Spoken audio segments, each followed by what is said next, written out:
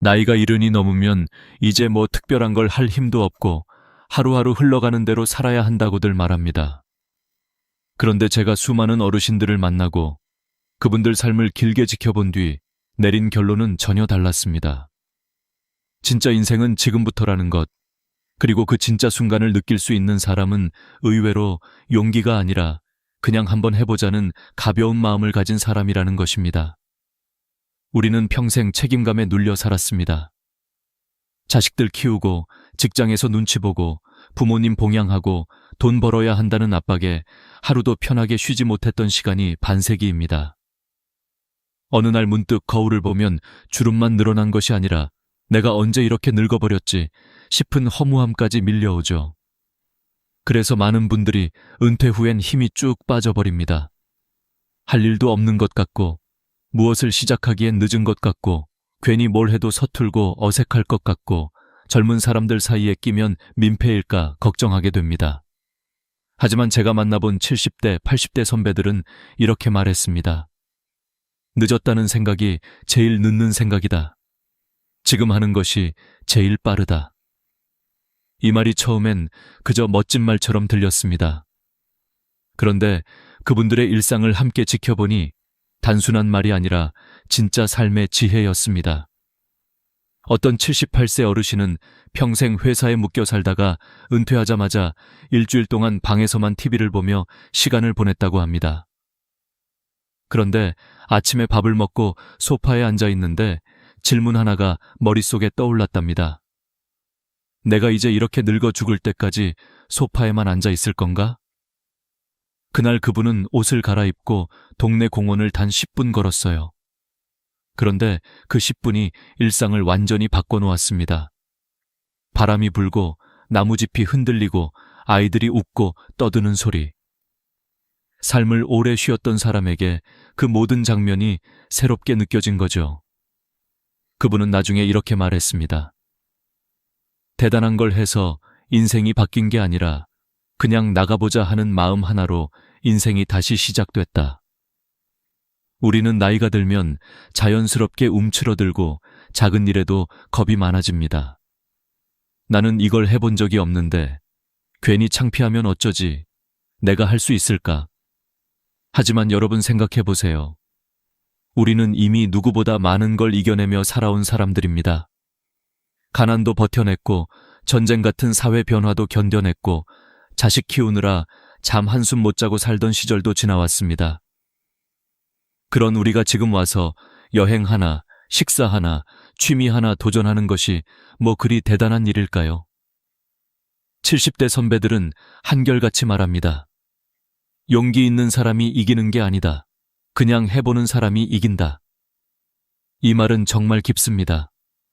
젊을 때에 도전이라는 단어는 멀리 달려가는 힘이었다면 노년의 도전은 단지 한 걸음 내딛는 가벼운 용기입니다. 그 한 걸음만 해도 인생이 활짝 열리기 때문입니다. 실제로 많은 분들이 은퇴 후 처음 쉴 2년 동안은 그동안 못했던 휴식과 자유를 누리며 지냅니다. 여행도 가고 책도 읽고 취미도 해보려고 하죠. 하지만 시간이 지나면 금방 무기력해집니다. 가슴이 텅 비어 있고 하루가 너무 길고 저녁이면 이유 없이 허전하고 누군가에게 필요한 사람이 아닌 것 같고 예전 같지 않은 몸을 보며 스스로가 초라하게 느껴지는 일이 많습니다. 여기서 중요한 차이가 생깁니다. 계속 멈춰 있는 사람과 작은 한 걸음이라도 다시 꺼내는 사람. 그 작은 차이가 인생 후반부를 완전히 갈라놓습니다. 아무것도 하지 않으면 하루가 빠르게 사라집니다. 하지만 아주 작은 걸 해보는 순간 하루가 다시 살아있는 하루로 변합니다. 70대 어르신 중 한 분은 이런 말을 남겼습니다. 나이 들어서 배우는 기쁨이 젊을 때보다 훨씬 크다. 왜냐면 이제는 점수나 경쟁이 아니라 순수한 즐거움으로 할 수 있기 때문이다. 그렇습니다. 이제는 누가 평가하지 않습니다. 누가 눈치 주지도 않습니다. 누구와 경쟁할 필요도 없습니다. 지금부터의 시간은 오직 내 인생을 위해 쓰는 시간입니다. 그래서 저는 이 영상에서 여러분께 한 가지 약속을 드리고 싶습니다. 이제 우리는 할까 말까 고민하는 사람이 아니라 한번 해보는 사람으로 살자고. 노후는 절대 쓸쓸한 시간이 아닙니다. 준비만 잘하면 젊을 때보다 훨씬 자유롭고 훨씬 따뜻하고 훨씬 신나는 시간입니다. 그리고 그 시작은 거창한 것이 아닙니다. 오늘 딱 하나, 마음속에 작은 변화 하나만 심으면 됩니다. 그래, 나도 해볼게. 이 한마디가 여러분 인생 2막을 열어줄 열쇠입니다. 나이가 들수록 사람들은 여행이 점점 어렵다고 생각합니다. 멀리 가려면 체력도 신경 쓰이고 비행기 타는 것도 부담스럽고 낯선 곳에서 길을 헤매는 것이 괜히 겁나기도 하니까요. 그래서 입버릇처럼 이제는 집 근처에서만 다닐게. 멀리 가는 건 젊은 사람이나 하는 거야 라고 말하곤 합니다. 그런데 놀라운 사실은 대부분의 70대, 80대 어르신들이 삶이 밝아진 순간을 떠올릴 때 그 시작점이 바로 아주 작은 여행 한 번이었다는 겁니다. 멀리 떠난 것도 아니고 큰 계획을 세운 것도 아니었습니다. 그냥 버스 한번 타볼까 하는 아주 가벼운 마음이었죠. 저는 많은 어르신들의 이야기를 들으며 깨달았습니다. 여행의 핵심은 거리가 아니라 관점의 변화라는 것. 평소에 지나치던 동네 버스 정류장도 한번 여행자의 눈으로 바라보면 완전히 새로운 장소가 됩니다. 버스에 올라 창밖을 바라보는 것만으로도 마음이 열리고 집에만 있을 때는 들리지 않던 소리가 귀에 들어옵니다. 아이들이 뛰노는 공원, 새로 생긴 가게, 사람들이 바삐 걷는 골목길. 모두가 오래된 풍경이지만 갑자기 생생하게 살아나죠. 이게 바로 여행의 기적입니다. 몸은 그대로인데 마음이 새로워지는 순간 우리는 다시 살아있는 느낌을 얻습니다. 제가 아는 72세 어르신도 그랬습니다. 평생을 서울에서만 살고 출퇴근만 반복하며 바쁘게 살아온 분이었는데 어느 날 TV에서 강릉 빵집 소개가 나오자 저 빵 한번 먹어볼까 하는 아주 사소한 마음이 들었다고 합니다.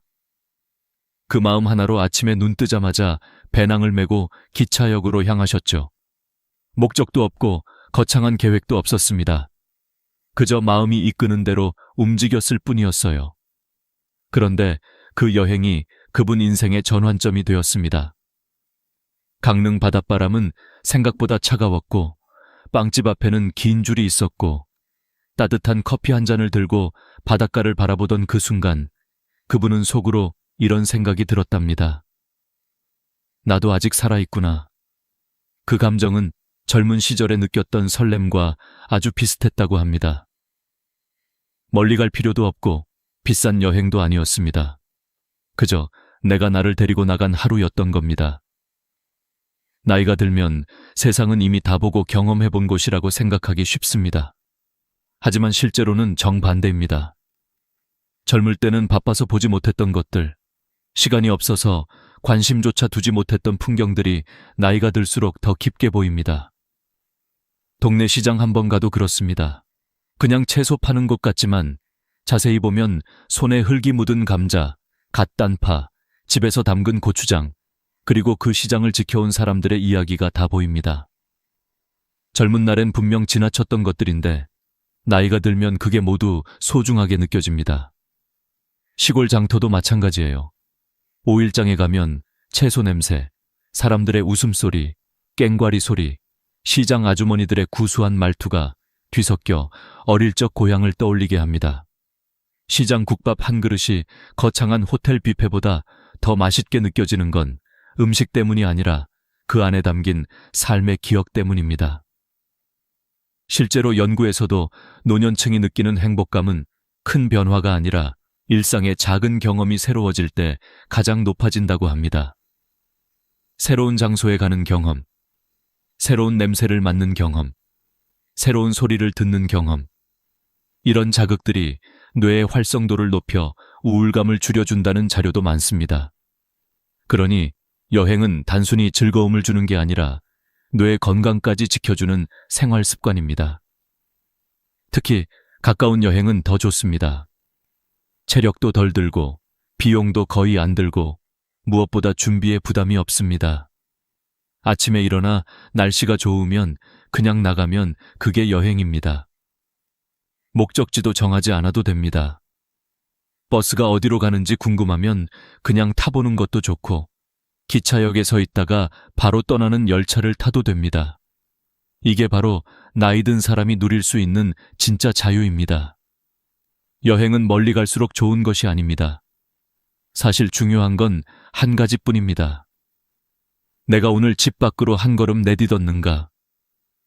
이 한 걸음이 심장을 깨우고 마음을 열고 무기력했던 삶에 다시 온기를 불어넣습니다. 혼자 가는 여행은 더 특별합니다. 누구 눈치도 보지 않고 어디든 머물고 싶은 만큼 머물고, 걸어가다 마음에 드는 카페가 있으면 그냥 들어가 앉아 있을 수 있으니까요. 혼자 떠난 여행이 오히려 자기 자신과 대화를 할 수 있는 가장 깊고 따뜻한 시간이 됩니다. 만약 누군가와 함께 가고 싶다면 그것도 좋습니다. 친구와 떠난 여행은 웃음이 많아지고, 배우자와 가는 여행은 여생의 소중한 추억이 됩니다. 하지만 혼자든 함께든 공통점은 하나입니다. 나이가 들수록 여행은 선택이 아니라 필요라는 것. 왜냐하면 여행은 삶에 활력을 주고 새로운 자극을 주고 내가 아직 여러 감정을 느낄 수 있는 사람이라는 걸 다시 확인시키기 때문입니다. 그러니 여러분, 내일 달력에 하루를 표시해 두세요. 그날은 여행하는 날입니다. 멀리 가지 않아도 됩니다. 집 근처라도 됩니다.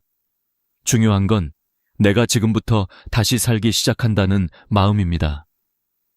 여행이 마음을 깨우는 것이라면 새로운 음식은 혀를 통해 인생을 다시 깨우는 경험입니다. 나이가 들수록 입맛은 좁아지고 익숙한 음식만 찾게 됩니다. 아침엔 된장국, 점심엔 김치찌개, 저녁엔 생선구이. 분명 맛있고 편안한 식단이지만 문제는 이 패턴이 너무 오랫동안 반복되면 삶 전체가 똑같은 맛이 되어버린다는 겁니다. 그런데 아주 사소한 음식 하나만 바꿔도 우리의 하루가 깜짝 놀랄 만큼 달라질 수 있습니다. 젊을 때처럼 강렬한 자극이 아니라 아직도 새로운 걸 느낄 수 있다는 미묘한 설렘 때문입니다.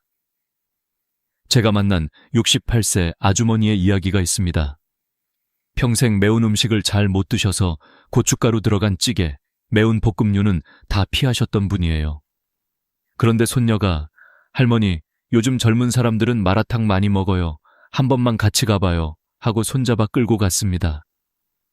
처음에는 냄새만 맡아도 머리가 아프다고 하셨는데 한 숟가락 먹는 순간 눈이 번쩍 뜨였대요.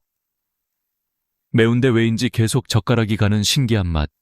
그 낯설미 주는 자극이 너무 짜릿했다고요. 돌아오는 길에 하신 말씀이 아이고, 내가 아직 입이 살아있었네 였어요. 그 말에 손녀가 까르르 웃었고 두 사람의 사이는 더 가까워졌습니다. 이게 바로 음식이 만드는 기적입니다. 입맛의 변화가 관계의 변화로 이어지는 순간, 또 어떤 72세 어르신은 평생 날생선을 못 드신다고 했습니다. 초밥은 젊은 사람 음식, 비린내가 싫다고 손사래를 치던 분이었는데 어느 날 아들이 한 점 억지로 떠먹였어요. 그런데 그날 이후 인생이 달라졌다고 합니다. 따뜻한 밥알과 차가운 생선이 섞이며 주는 조용한 감칠맛, 입안에서 살살 녹는 특유의 식감. 무엇보다 내가 평생 못한다고 생각한 걸 드디어 해냈다는 성취감이 그분을 완전히 바꿨습니다. 이제는 동네 횟집 단골이 되었다고 하시더군요. 생각해보면 우리는 살면서 엄청나게 많은 음식을 안 먹는다고 단정지어 왔습니다. 하지만 사실은 먹을 기회가 없었을 뿐입니다. 나이가 들어서라도 처음 맛보는 음식 중에는 인생 최고의 음식이 숨어 있을지도 모릅니다. 실제로 의학 연구에서도 새로운 맛을 경험하는 것이 노년층 뇌 기능에 큰 자극이 된다고 합니다. 낯선 향, 새로운 식감, 처음 느끼는 조화, 이런 요소들이 뇌의 기억 회로와 감각 회로를 강하게 활성화시키기 때문이죠. 한마디로 새로운 음식은 곧 뇌의 젊음을 되찾는 운동입니다. 특히 제철 음식은 더 깊은 감동을 줍니다. 봄에는 달래와 두릅의 쌉싸름한 향, 여름엔 옥수수와 참외의 달콤함, 가을엔 전어와 밤의 고소함, 겨울엔 굴과 곶감의 깊은 풍미. 이 계절 음식들을 제대로 먹으면 계절이 더 풍성하게 느껴지고 삶의 속도가 부드럽게 조절됩니다. 나이 들수록 시간의 흐름이 빨라지는데 제철 음식을 맛보면 마치 계절을 손으로 붙잡는 느낌이 들어요. 해외 음식도 크게 다르지 않습니다. 예전에는 낯설고 어렵게 느껴졌던 음식들, 베트남 쌀국수, 태국 팟타이, 이탈리안 파스타, 이제는 동네 식당에서도 쉽게 맛볼 수 있습니다. 한 번만 도전해보면 의외로 담백하고 깔끔해서 나이 든 분들의 입에도 잘 맞습니다. 국물이 시원한 쌀국수는 위에 부담도 없고 향이 은은한 파스타는 소화도 잘 됩니다. 심지어 어느 70대 어르신은 인도 커리에 빠져 일주일에 한 번씩 꼭 드신다는 분도 계세요. 이처럼 음식은 단순한 식사를 넘어 인생의 활력을 되찾는 작은 도전입니다. 입맛이 바뀌면 생각도 바뀌고, 생각이 바뀌면 하루가 새로워지고, 하루가 새로워지면 결국 인생이 다시 살아납니다. 그리고 음식 도전의 가장 큰 매력은 매일 할 수 있다는 것입니다. 여행은 자주 못 가도 음식은 하루 3번 기회가 있습니다. 심지어 편의점에서 샌드위치 하나 바꿔 먹는 것만으로도 기분이 확 달라질 수 있습니다. 카페에서 아메리카노 대신 라떼 한 잔 마셔보는 것도 작은 여행입니다. 제가 진심으로 추천드리고 싶은 건 내일 점심에는 평소 먹지 않던 음식 한 가지를 시도해보세요. 거창할 필요 없습니다. 새로운 음식은 인생을 크게 흔드는 힘이 아니라 조용히 깊게 흔드는 힘입니다. 그리고 그 변화는 생각보다 빨리 찾아옵니다. 먹는 동안 느껴지는 설렘, 오, 이거 괜찮네 라는 한마디, 그 작은 감탄이 삶 전체를 밝히는 불씨가 됩니다. 여러분은 아직도 새로운 맛을 느낄 수 있고, 아직도 놀랄 수 있고, 아직도 설렐 수 있습니다. 입맛은 늙지 않습니다. 우리가 도전하지 않을 뿐입니다. 새로운 음식을 통해 입맛이 깨어난다면 패션의 변화는 마음 전체를 다시 깨우는 일입니다. 나이가 들수록 우리는 점점 편안함을 기준으로 옷을 고르게 됩니다. 늘 입던 바지, 늘 입던 셔츠, 늘 같은 색깔의 재킷. 어느 순간 옷장에는 비슷한 색과 비슷한 형태의 옷만 남습니다. 이런 변화는 자연스러운 일이지만 문제는 이 반복된 패턴이 우리 몸뿐 아니라 기분까지 동일하게 만들어버린다는 겁니다. 거울 앞에 서면 늘 똑같은 내가 있고 그 익숙함 속에서 활력이 조금씩 사라지기 시작합니다. 그래서 나이가 들수록 더 작은 변화가 필요해요. 단 몇 가지 옷만 바꿔도 삶이 깜짝 놀랄 만큼 달라지는 이유가 바로 여기에 있습니다. 제가 아는 70대 어르신 한 분은 평생 농사만 지으며 살아오신 분입니다. 그래서 외출을 할 때도 항상 편한 헐렁한 바지와 오래된 셔츠만 입고 다니셨어요. 그런데 손주의 결혼식이 다가오자 그래도 할아버지가 좀 멋있어야지 하는 마음으로 정장을 맞추러 가셨습니다. 처음 맞춰 입은 양복이 어색해서 웃음만 나오셨다는데 결혼식 날 사진을 찍고 난 뒤 들은 말 한마디가 그분의 인생을 바꿨습니다. 아이고, 아직도 청년이네. 그 말에 얼굴이 화끈거릴 정도로 부끄러웠지만 마음 한편에서는 살아있던 젊은 나가 다시 깨어나는 느낌이었다고 했어요. 그 뒤로는 시장에 갈 때도 일부러 셔츠에 조끼를 걸치고 외출할 때는 밝은색 모자도 쓰면서 기분이 좋아졌다고 합니다. 옷은 사실 입는 대상이 아니라 기분을 입는 일이라는 것을 스스로 깨달으신 거죠. 패션의 변화가 주는 심리적 효과는 놀라울 정도로 큽니다. 나이가 들면 표정이 굳고 움직임이 단순해지지만 옷 하나만 달라져도 표정이 환해지고 어깨가 스스로 올라갑니다. 자신이 거울 속에서 달라진 모습을 보는 순간 마음의 에너지가 되살아납니다. 특히 여성분들은 머리 색깔이나 모자 하나를 바꾸는 것만으로도 세상이 달라지는 경험을 합니다. 어떤 60대 아주머니는 평생 흰 머리를 자연스럽게 두고 사셨는데 딸이 엄마 밝게 염색 한 번만 해봐요 하고 설득해 머리를 염색했습니다. 염색이 끝나고 거울을 보는 순간 본인은 물론 미용사도 깜짝 놀랐다죠. 내가 이렇게 환하게 보일 줄 몰랐네. 그날 이후 그분은 외출할 때마다 더 자주 웃고 사진도 자주 찍고 스스로가 더 살아있는 사람처럼 느껴졌다고 합니다. 이처럼 작은 변화가 삶의 흐름을 바꾸는 시작이 될 때가 많아요. 옷은 단순히 몸을 가리는 도구가 아닙니다. 나이 들어갈수록 나는 아직 괜찮은 사람이다 라는 메시지를 내게 직접 전하는 가장 간단한 방법입니다. 특히 컬러는 마음 상태를 바꿀 수 있는 강력한 힘이 있습니다. 늘 검은 바지, 회색 재킷만 입던 분이 어느 날 파란색 셔츠나 노란색 스카프 하나만 걸쳐도 얼굴이 훨씬 밝아지고 사람들이 오늘 무슨 날이에요? 왜 이렇게 멋있게 차렸어요? 하고 물어보게 됩니다. 이런 반응이 우리 마음을 얼마나 설레게 하는지 모릅니다. 옷이 달라지면 다른 사람의 시선도 달라지고 그 시선이 결국 나를 다시 일으켰습니다. 신발도 마찬가지입니다. 늘 신던 검은 운동화 대신 가벼운 흰색 스니커즈를 신어보세요.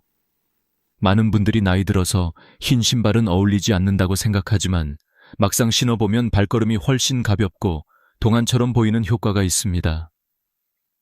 밝은 신발은 발끝을 들어 올리는 힘이 있어 사람이 자연스럽게 더 씩씩하게 걷게 만들죠. 걷는 자세가 바뀌면 마음의 자세도 함께 변합니다. 그래서 저는 자주 이런 말을 합니다. 신발을 바꾸면 발걸음이 바뀌고 발걸음이 바뀌면 인생이 바뀐다. 별것 아닌 변화처럼 보여도 그 작은 한 걸음이 삶 전체의 분위기를 바꿉니다. 모자 역시 굉장한 힘을 가지고 있습니다. 햇빛을 가리는 용도만이 아니라 이미지를 만드는 도구예요. 여성분들은 책 넓은 모자만 써도 우아하게 보이고 남성분들은 중절모나 베레모를 쓰면 품격 있는 분위기를 만들 수 있습니다.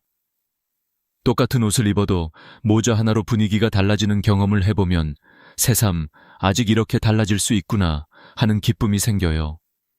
중요한 건 비싼 옷을 사라는 말이 아닙니다. 시장에서 1만 원짜리 셔츠 하나만 사도 심지어 옷장에서 몇 년째 입지 않던 옷을 다시 꺼내 입는 것만으로도 충분합니다. 우리가 평소 너무 튄다고 생각하며 아껴만 두었던 옷이 사실은 지금의 나에게 딱 맞는 변화를 줄 수도 있어요. 옷은 나이가 아니라 태도입니다. 그리고 태도는 나이를 이깁니다. 나이 들수록 우리는 스스로를 나이가 든 사람처럼 대하려는 경향이 생깁니다. 편한 것만 찾고 튀지 않는 것만 고르고 새로운 것을 피하려 하죠. 하지만 진짜 멋은 나이를 감추는 게 아니라 나이와 함께 더 빛나는 겁니다. 옷은 그 길을 열어주는 가장 쉽고 빠른 도구입니다. 옷 하나가 바뀌면 마음이 바뀌고, 마음이 바뀌면 행동이 바뀌고, 행동이 바뀌면 인생이 바뀝니다. 여러분, 내일 아침 거울 앞에서 옷장을 한번 열어보세요. 지난 1년 동안 한 번도 안 입은 옷이 있다면 그게 바로 내일 입어야 할 옷입니다. 너무 튀는 거 아니야 라는 생각이 들면 더더욱 입어야 할 옷입니다. 그 순간 거울 속 내가 달라지고 그 달라진 내가 하루를 바꾸고 그 하루가 다시 내 인생을 바꿉니다. 나이 들었다고 해서 새로운 멋을 포기할 필요는 전혀 없습니다.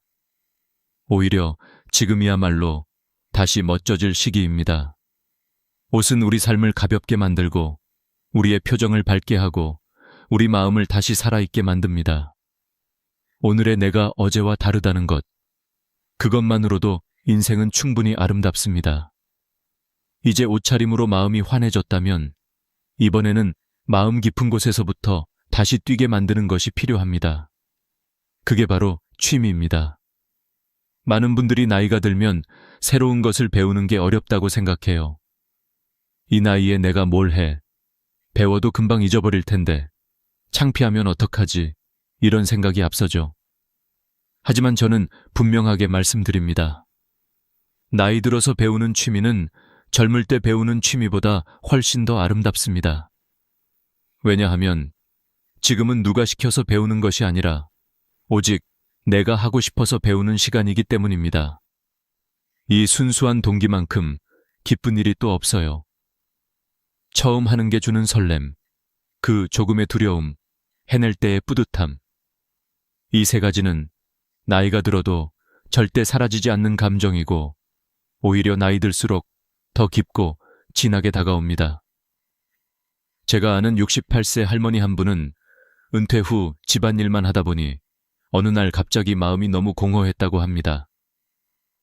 아침에 일어나도 할 일이 없고 점심을 먹고 나서도 텅 빈 시간이 이어지니 머리는 멍하고 마음은 자꾸만 가라앉았대요. 그러다 어느 날 동네 주민센터에서 우쿨렐레 교실 개강이라는 문구를 보셨다고 합니다. 평소 음악을 좋아하긴 했지만 악기를 잡아본 적이 단 한 번도 없었어요. 처음에는 내가 이런 걸 배워서 뭐 하겠어 하셨지만 이상하게 그 종이가 계속 머릿속에 남았다고 하더군요. 결국 다음 날 살짝 떨리는 마음으로 수업에 등록하셨답니다. 첫날 우쿨렐레를 잡았을 때 손가락이 뜻대로 움직이지 않아 이상한 소리만 났지만 그 소리 때문에 오히려 더 웃음이 나고 재미가 생겼다고 하셨어요. 그리고 한 달 뒤 아리랑을 완주했을 때 그분은 그날 집에 돌아가면서 스스로에게 이렇게 말했다고 합니다. 내가 아직도 뭔가를 해낼 수 있는 사람이구나. 그것이 취미가 주는 기적 같은 순간입니다. 그림도 마찬가지입니다. 그림은 잘 그리고 못 그리고가 중요하지 않아요. 물감 몇 방울 떨어뜨리고 붓으로 쓱쓱 칠하는 그 과정 자체가 마음을 정리하고 위로합니다. 실제로 70대 아주머니 한 분은 우울증으로 힘들어하던 시기를 그림으로 극복하셨습니다. 꽃 한 송이를 그리면서, 과일 하나를 그리면서 마음이 차분해지고 슬픔이 줄어들더라고 하셨어요. 나중에는 작은 전시회에도 작품을 걸어 많은 사람들로부터 이 그림이 참 따뜻하네요 라는 칭찬을 들었죠. 그분은 그 순간 이렇게 느꼈다고 합니다. 나는 늙은 사람이 아니라 여전히 창조하는 사람이다. 얼마나 멋진 말입니까? 사진 역시 요즘 시대 최고의 취미입니다. 특히 스마트폰 카메라 기능이 워낙 좋아서 장비 없이도 충분히 멋진 작품을 만들 수 있어요.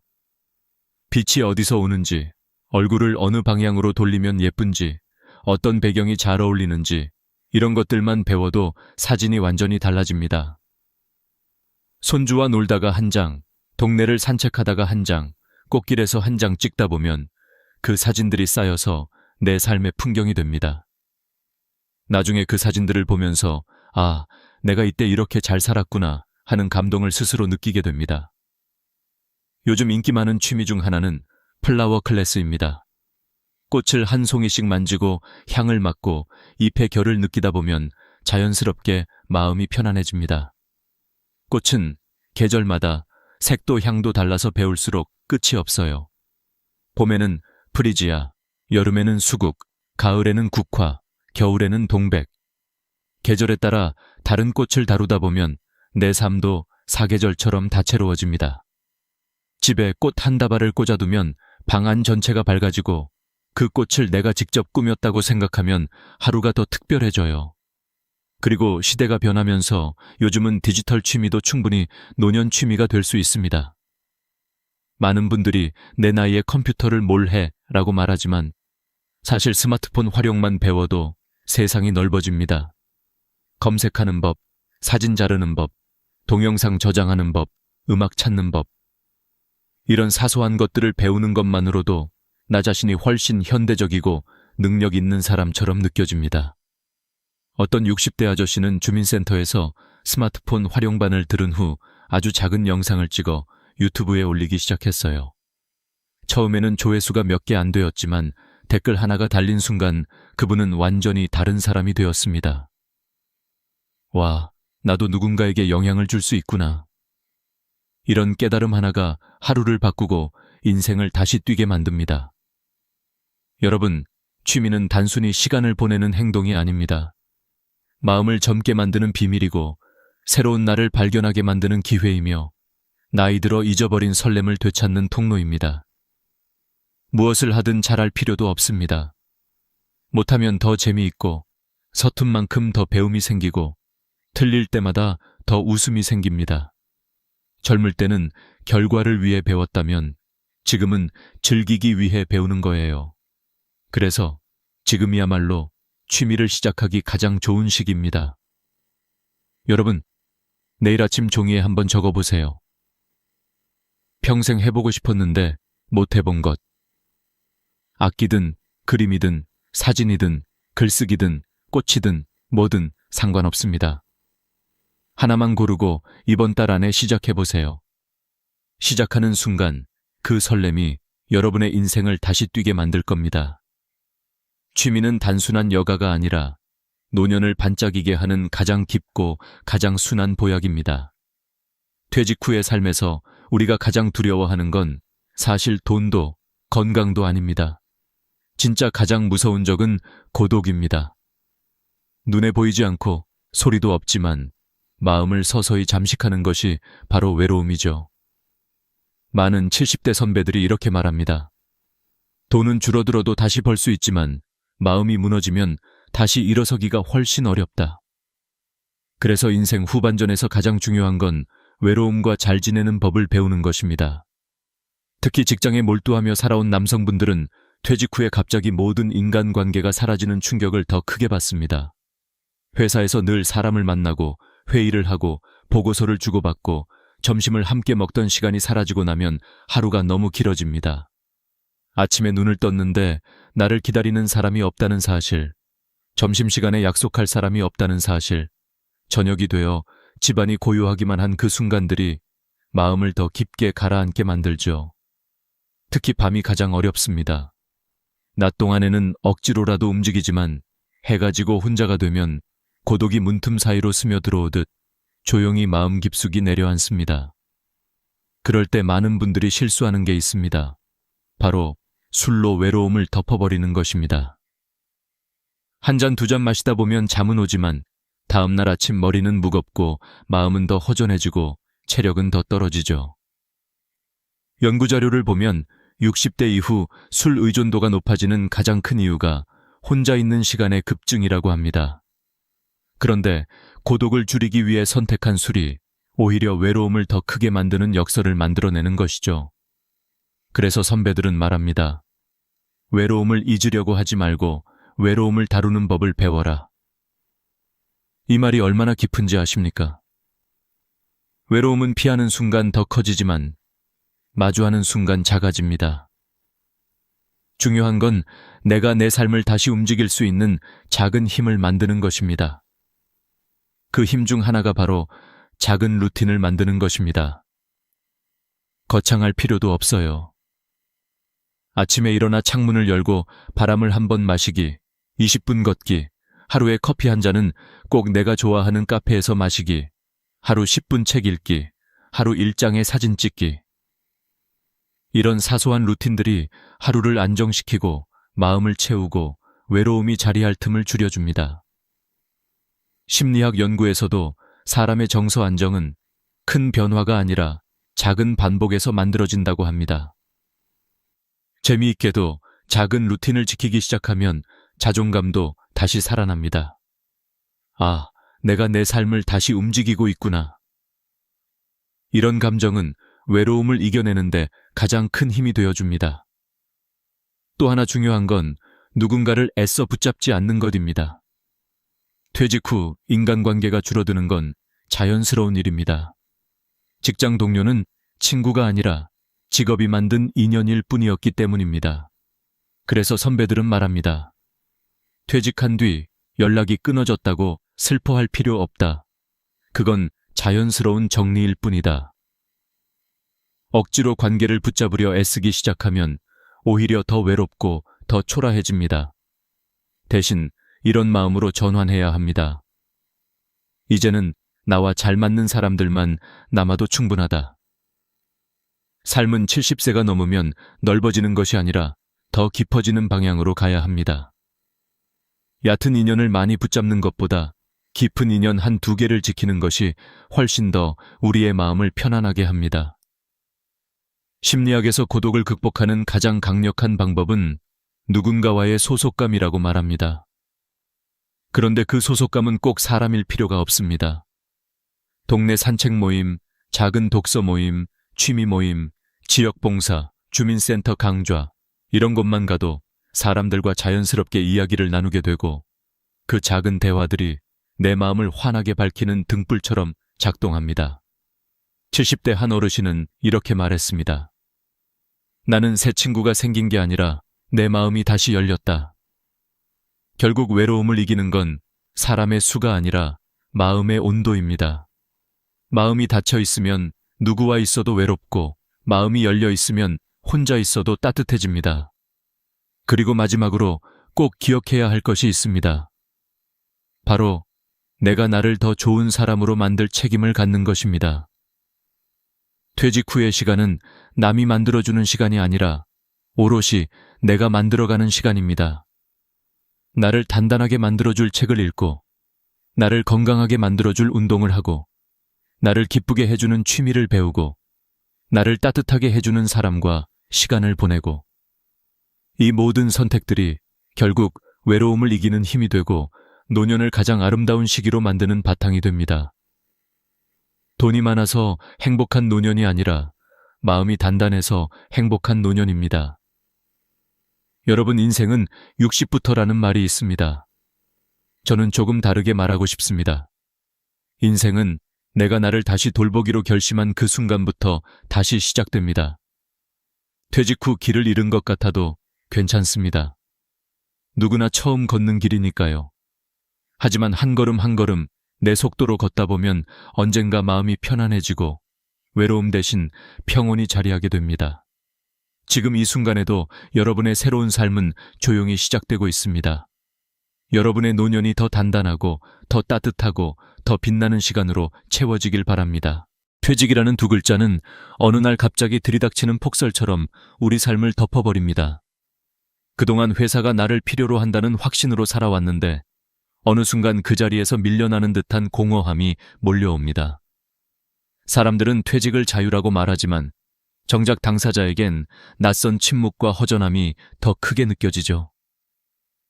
저는 60대 중반에 처음 그 감정을 온몸으로 겪었습니다. 아침 6시에 일어나 출근하던 30년 습관이 단 하루 만에 끊겼을 때 마치 내가 세상에서 해야 할 역할이 없어져 버린 것 같은 느낌이 들었습니다. 그런데 그 감정은 저만의 이야기가 아니었습니다. 많은 70대 선배들이 이렇게 말했습니다. 퇴직 후 첫 1년은 해방감, 둘째 해는 공허함, 셋째 해는 막막함이 찾아온다. 그래서 오늘 저는 가장 많은 선배들이 입을 모아 이야기한 첫 번째 조언, 건강을 지키는 삶으로 돌아가라는 말을 여러분께 전달하려 합니다.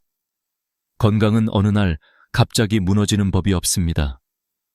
우리가 미처 신경 쓰지 않았던 작은 습관들이 천천히 몸을 조금씩 갉아먹다가 어느 순간 돌이킬 수 없는 경고음으로 나타날 뿐입니다. 그리고 그 경고는 주로 60대 후반과 70대 초반에 찾아옵니다. 실제로 국내 고령자 건강 통계를 보면 70대의 약 62%가 만성질환 2가지 이상을 가지고 있다는 결과가 있습니다. 걸을 때 무릎이 시큰하고 음식이 잘 씹히지 않고 잠을 자도 피곤하고 귀가 점점 어두워지는 변화는 자연스러운 노화처럼 보이지만 사실은 미리 관리하지 않은 대가라고 말하는 전문가도 많습니다. 그래서 70대 선배들은 입을 모아 이렇게 말했습니다. 퇴직하고 건강 챙기려 하면 늦는다. 50대부터 걸어야 하고 60대부터 치아를 지켜야 한다. 여러분, 걷기는 돈이 들지 않으면서 의학적으로 가장 큰 효과를 가져오는 운동입니다. 하루 30분만 걸어도 심혈관 질환 사망률이 20% 감소하고 당뇨 위험은 30% 낮아진다는 연구 결과가 있습니다. 계단을 오르내릴 필요도 없고 빠르게 걸을 필요도 없습니다. 다만 꾸준히 하면 됩니다. 어느 78세 어르신은 이렇게 말씀하셨습니다. 걸을 수 있다는 건 아직 내가 인생을 누릴 수 있다는 뜻이야. 그런데 건강에서 가장 많은 선배들이 강조한 건 바로 치아였습니다. 왜일까요? 우리가 나이가 들수록 가장 먼저 흔들리는 게 다리가 아니라 치아이기 때문입니다. 치아가 약해지면 단순히 음식이 불편해지는 걸 떠나서 영양 흡수가 떨어지고 근력이 빠르게 감소합니다. 영양 부족으로 근육이 줄어들면 일명 노인성 근감소증이 생기는데 이 병은 낙상 위험을 3배 이상 높이고 사망률까지 끌어올립니다. 70대 선배들은 말합니다. 치아 하나 잘못 관리하면 노후 5년이 힘들어진다. 그래서 50대라면 스케일링을 정기적으로 받고 60대라면 잇몸 치료를 미리 해야 합니다. 문제가 생긴 뒤 치료하려 하면 너무 많은 시간과 비용이 듭니다. 선배들은 또 이렇게 조언했습니다. 내 다리는 내가 지킨다. 내 치아도 내가 지킨다. 대신 둘 다 늦으면 못 지킨다. 저는 그 말이 참 크게 와닿았습니다. 퇴직 이후 삶의 가장 큰 특징은 시간은 늘어나지만 체력은 줄어든다는 사실입니다. 체력이 줄어드는 속도는 우리가 생각하는 것보다 훨씬 빠릅니다. 그래서 70대 선배들은 이렇게 강조합니다. 퇴직 후엔 건강이 전부다. 돈도 취미도 인간관계도 결국 건강 위에 서 있더라. 건강을 잃으면 하고 싶은 일을 해도 즐겁지 않고 사랑하는 사람들과 시간을 보내도 마음이 답답해지고 여행을 가도 걷지 못해 사진만 찍다 돌아오게 됩니다. 그래서 저는 오늘 여러분께 묻고 싶습니다. 지금 당신의 건강은 안녕하십니까? 지금 당신의 치아는, 지금 당신의 다리는, 지금 당신의 균형 감각은 온전한가요? 퇴직 후 정말 새로운 시작을 하고 싶다면 가장 먼저 해야 할 일은 거창한 계획이 아니라 걷는 것, 씹는 것, 자는 것, 몸을 돌보는 것입니다. 70대 선배들이 이렇게 말합니다. 젊을 때 돌봐준 내 몸이 노년의 나를 살린다. 여러분, 퇴직 후의 삶은 준비된 만큼 풍요롭고 무너진 만큼 답답해집니다. 그리고 그 준비의 출발점은 언제나 건강입니다. 오늘 영상의 첫 번째 조언은 분명합니다. 걷고, 치아를 지키고, 내 몸을 아끼는 것. 그것이 퇴직 후 20년을 지키는 가장 확실한 투자입니다. 오늘의 이야기가 마음에 와닿았다면 지금 당장 신발을 신고 밖으로 나가보세요. 그리고 내일도 걸으세요. 건강은 기다려주지 않습니다. 우리가 먼저 움직여야 합니다. 퇴직 후 삶에서 두 번째로 중요한 주제는 바로 돈입니다. 하지만 우리가 흔히 생각하는 것처럼 많이 벌어야 한다, 많이 모아야 한다는 단순한 이야기가 아닙니다. 70대 선배들이 강조한 건 유난히 더 현실적이고 냉정했습니다. 자식에게 손 벌리지 않을 만큼만 준비해라. 이 한 문장은 짧지만 그 안에 노후의 존엄, 자존심, 삶의 균형에 대한 모든 의미가 담겨 있습니다. 60대에 접어든 한 분은 이렇게 말했습니다. 돈이 많아서 편한 게 아니라 자식에게 말 한마디 부탁하지 않아도 되는 삶이 편한 거다. 이 말은 수십 명의 선배들이 공통적으로 한 말과 정확히 일치합니다. 노후 자금은 많으면 좋지만 핵심은 자유롭게 쓰는 돈이 아니라 남에게 의존하지 않아도 되는 돈입니다. 퇴직 후 가장 많은 사람들이 겪는 착각이 있습니다. 지금 쓰는 생활비가 평생 똑같을 것이다. 하지만 실제 통계는 전혀 다르게 말합니다. 은퇴직 후 5년 정도는 외부 활동이 많아 오히려 지출이 크게 줄지 않지만 70대에 들어서면 생활비가 50 대린 60대의 절반 이하로 떨어집니다. 왜일까요? 소비 욕구가 줄어들고 이동량이 줄고 건강을 신경 쓰기 위해 과도한 소비를 하지 않기 때문입니다. 실제로 70대 고령층 조사에서는 70대 생활비는 60대의 50배 60%면 충분하다는 응답이 절대적으로 많았습니다. 그럼에도 불구하고 많은 사람들이 은퇴 후 가장 먼저 걱정하는 것은 역시 돈입니다. 취업하지 않으면 어떡하지? 돈이 모자라면 어떡하지? 하지만 70대 선배들은 오히려 이렇게 말합니다. 돈 걱정 때문에 불행해지는 사람보다 돈 욕심 때문에 불행해지는 사람이 훨씬 많다. 많은 선배들이 강조했습니다.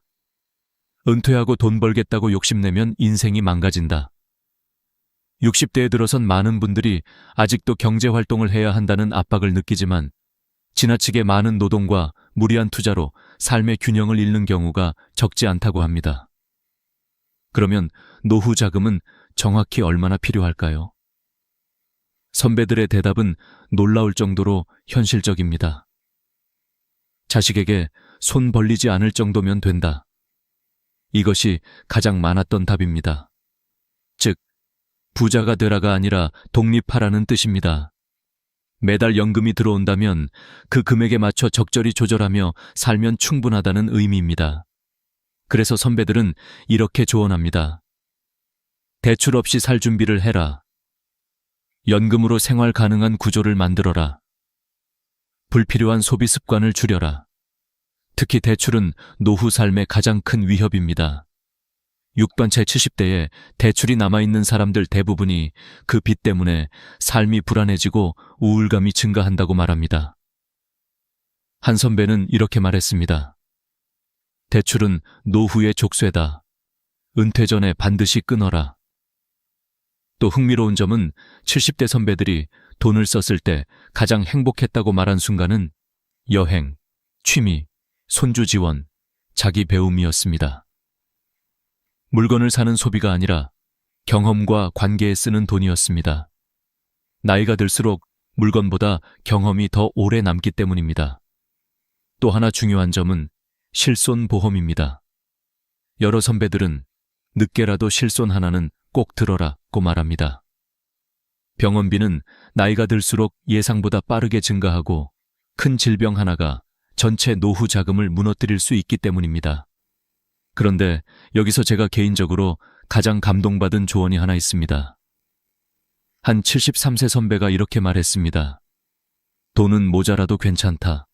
하지만 최소한 내 스스로를 책임질 만큼은 있어야 한다.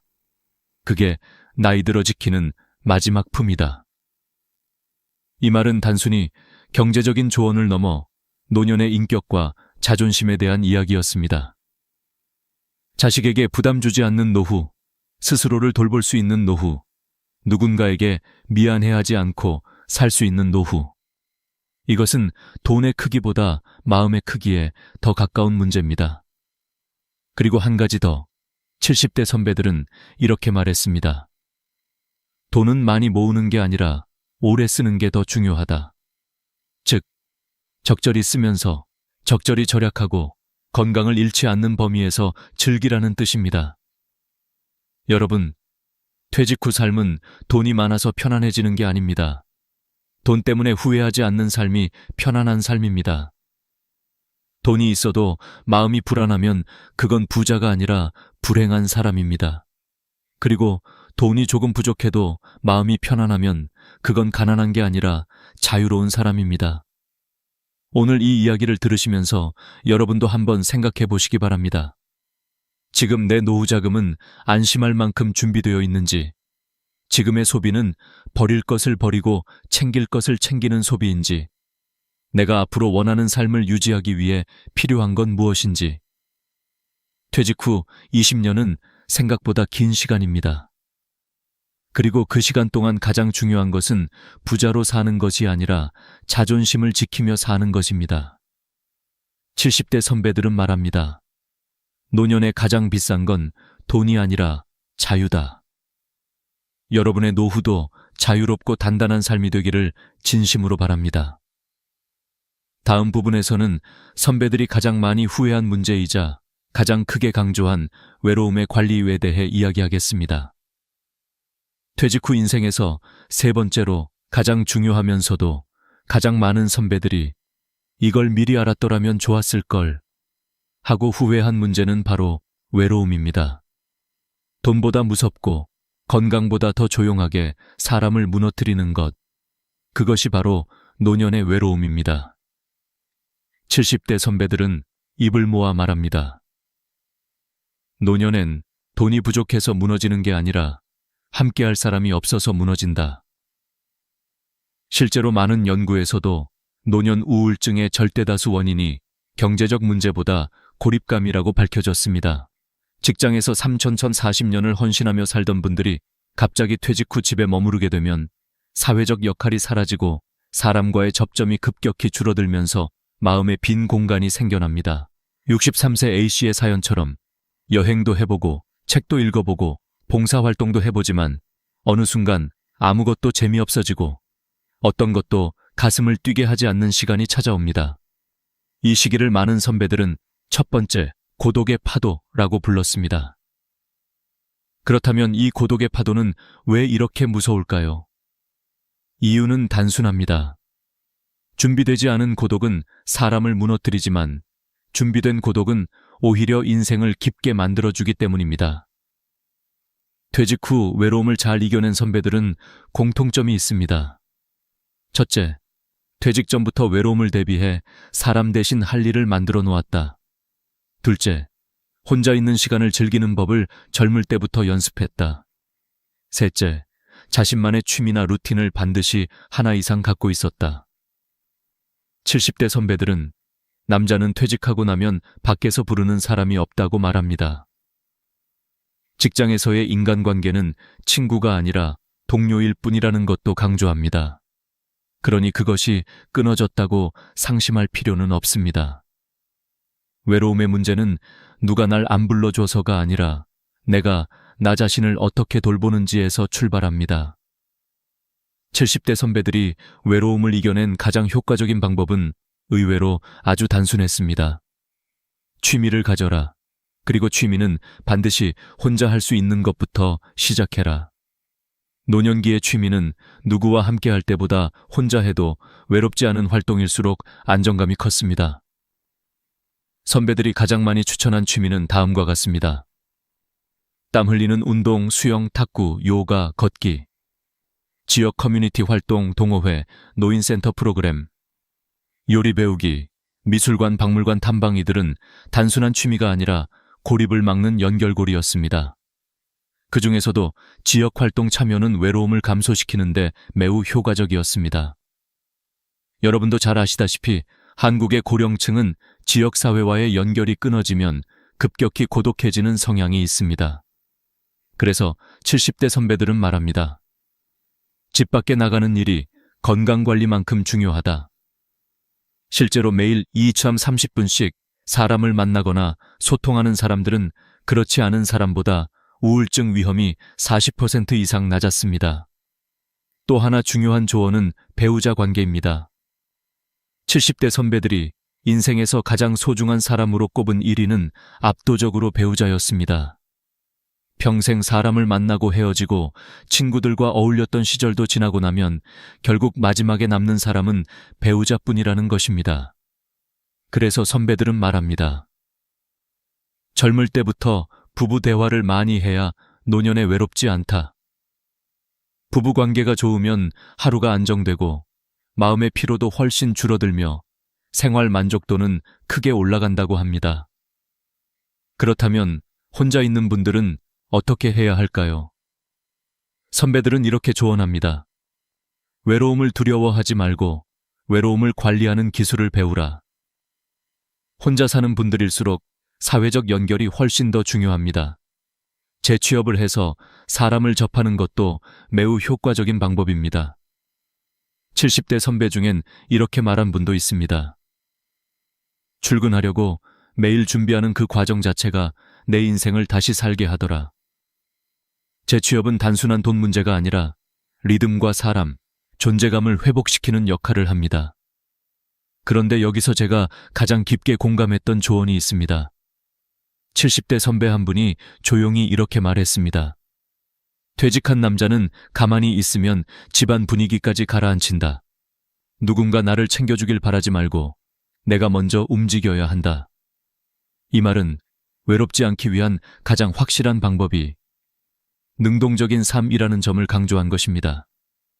결국 노년의 외로움을 이기는 핵심은 3가지입니다. 1. 취미를 만들 것. 지역사회에 연결될 것. 3. 혼자 있는 시간을 두려워하지 않을 것. 외로움은 자연스럽습니다. 하지만 관리할 수 있습니다. 그리고 잘 관리된 외로움은 오히려 인생을 더 단단하게 만들어줍니다. 다음 부분에서는 퇴직한 후 진짜 필요한 마음가짐과 생활 루틴에 대해 더 깊게 살펴보겠습니다. 퇴직 후 남은 인생을 어떻게 살아야 할까? 이 질문은 누구에게나 막막하지만 70대 선배들의 공통된 대답에는 한 가지 중요한 진리가 숨어 있었습니다. 바로 퇴직 후의 삶은 내가 나를 어떻게 대하느냐에 따라 완전히 달라진다. 는 점입니다. 많은 사람들이 퇴직을 하면 세상이 갑자기 조용해졌다고 말합니다. 아침마다 울리던 알람이 사라지고 부장님이 부르는 소리도 동료들의 대화도 들리지 않습니다. 처음엔 그 자유가 달콤하지만 시간이 지나면 그 빈자리에서 이상한 허탈감이 밀려옵니다. 이때 중요한 건 그 빈자리를 무엇으로 채우느냐입니다. 잘 채우면 인생 2막이 시작되지만 못 채우면 우울과 무기력에 잠식됩니다. 70대 선배들은 이렇게 강조합니다. 퇴직 후의 핵심은 외부가 아니라 내부다. 내가 스스로 어떤 사람이 될지 정하는 데서 모든 게 시작된다. 이 말은 단순한 정신론이 아닙니다. 실제로 많은 연구에서 퇴직 후 3세 5년 사이가 심리적 변화가 가장 큰 시기이며 이때의 마음가짐이 노년기의 만족도를 결정한다고 보고합니다. 퇴직 직후에는 새로운 자유에 익숙해지려는 조심스러운 흥분이 있지만 그 다음엔 목표가 사라진 혼란이 찾아옵니다. 그런데 이 혼란은 결코 부정적인 것이 아닙니다. 오히려 새로운 나를 재구성할 수 있는 기회입니다. 70대 선배들은 그 기회를 놓치지 않기 위해 몇 가지 행동을 했다고 고백했습니다. 첫째, 나를 위한 루틴을 다시 만들었다. 퇴직 후 가장 많이 무너지는 것이 바로 리듬입니다.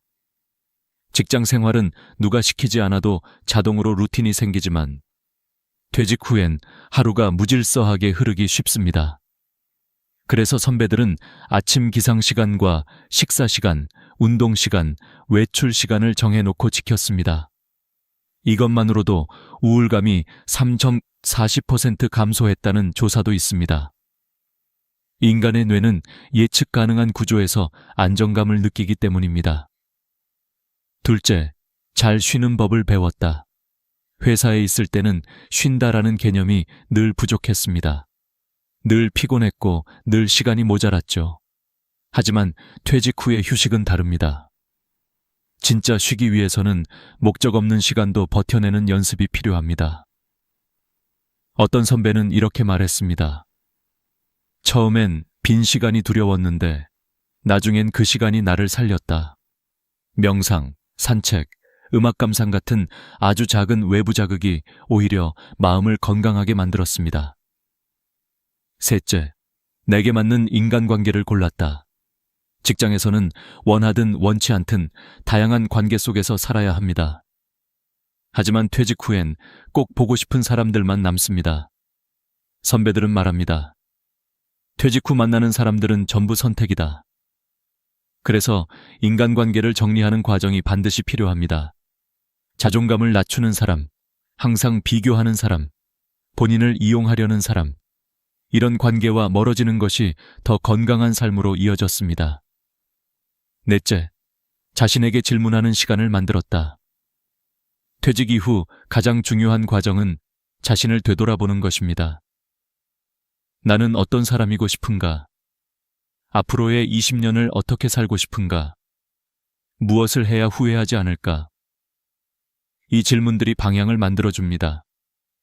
방향이 생기면 흔들려도 다시 돌아올 곳이 생기기 때문에 삶이 훨씬 안정됩니다. 70대 선배들은 말합니다. 방향이 없는 사람은 하루가 길고 방향이 있는 사람은 하루가 짧다. 그리고 마지막으로 가장 많은 선배들이 강조한 것은 나를 위한 작은 목표를 만드는 것이었습니다. 퇴직 후의 목표는 절대 거창할 필요가 없습니다. 일주일에 3번 걷기, 책 한 권 읽기, 요리 한 가지 배우기, 한 달에 한 번 작은 여행 가기. 이런 소소한 목표가 삶 전체를 다시 밝게 만듭니다. A씨처럼 허전함과 무기력을 느끼는 사람들은 대부분 무언가를 잃었다는 감정에 집중합니다. 하지만 선배들은 이렇게 말했습니다. 퇴직은 잃는 게 아니라 다시 채울 수 있게 되는 시작이다. 이 관점의 변화가 인생을 완전히 바꿉니다. 또 하나 흥미로운 사실이 있습니다. 심리학 연구에 따르면 퇴직 후 삶의 만족도를 가장 높이는 요소는 돈도 건강도 아닌 소속감입니다. 어딘가에 속해 있다는 느낌, 나를 바라봐주는 사람이 있다는 느낌, 나를 필요로 하는 활동이 있다는 느낌. 이 세 가지가 있을 때 사람은 여전히 살아있다는 실감을 갖게 됩니다. 그래서 선배들은 이렇게 말합니다. 고독은 막는 게 아니라 관리하는 것이다. 나에게 맞는 소속감을 만들면 고독은 친구가 된다. 퇴직 후 가장 지혜로운 사람은 외로움을 두려워하지 않는 사람입니다. 오히려 외로움 속에서 자신을 정리하고 다시 관계를 선택하고 새로운 나를 만들어가는 사람입니다. 다음 부분에서는 퇴직 후 일을 바라보는 올바른 관점과 왜 많은 70대가 재취업을 선택했는지에 대해 깊이 이야기해 보겠습니다. 퇴직 후의 삶에서 일은 단순한 생계수단이 아니라 사람을 다시 살아있게 만드는 중요한 축입니다. 많은 사람들은 퇴직과 동시에 일을 완전히 떠나야 한다고 생각합니다. 하지만 70대 선배들은 이 부분에서 전혀 다른 조언을 합니다. 퇴직은 일의 끝이 아니라 일의 종류가 바뀌는 순간이다. 이 말은 너무 단순한 것 같지만 그 안에 담긴 뜻은 깊습니다.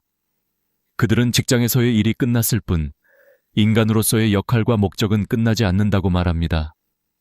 그리고 놀라운 사실은 노년기에 일하는 사람일수록 심리적, 신체적으로 훨씬 건강하다는 연구가 수없이 많다는 것입니다. 실제로 한국보건사회연구원의 조사에서는 70대 이상 노년층의 우울증 위험이 무직그룹보다 활동그룹에서 40% 낮게 나타났다고 합니다. 이유는 명확합니다. 일은 사람을 움직이게 하고 움직임은 생각을 선명하게 합니다. 그리고 생각이 선명해지면 외로움이 줄어듭니다. 70대 선배들은 이렇게 말합니다. 노년의 일은 돈벌이가 아니라 존재감이다. 직장을 떠나면 가장 먼저 사라지는 것은 월급이 아니라 나도 누군가에게 필요한 사람이다 라는 감각입니다. 그러다 보니 하루하루가 흐릿하고 작은 일에도 예민해지고 스스로 작아지는 느낌이 찾아옵니다. 그래서 어떤 형태로든 일을 이어가는 것이 필요합니다. 그러나 여기서 중요한 점이 있습니다.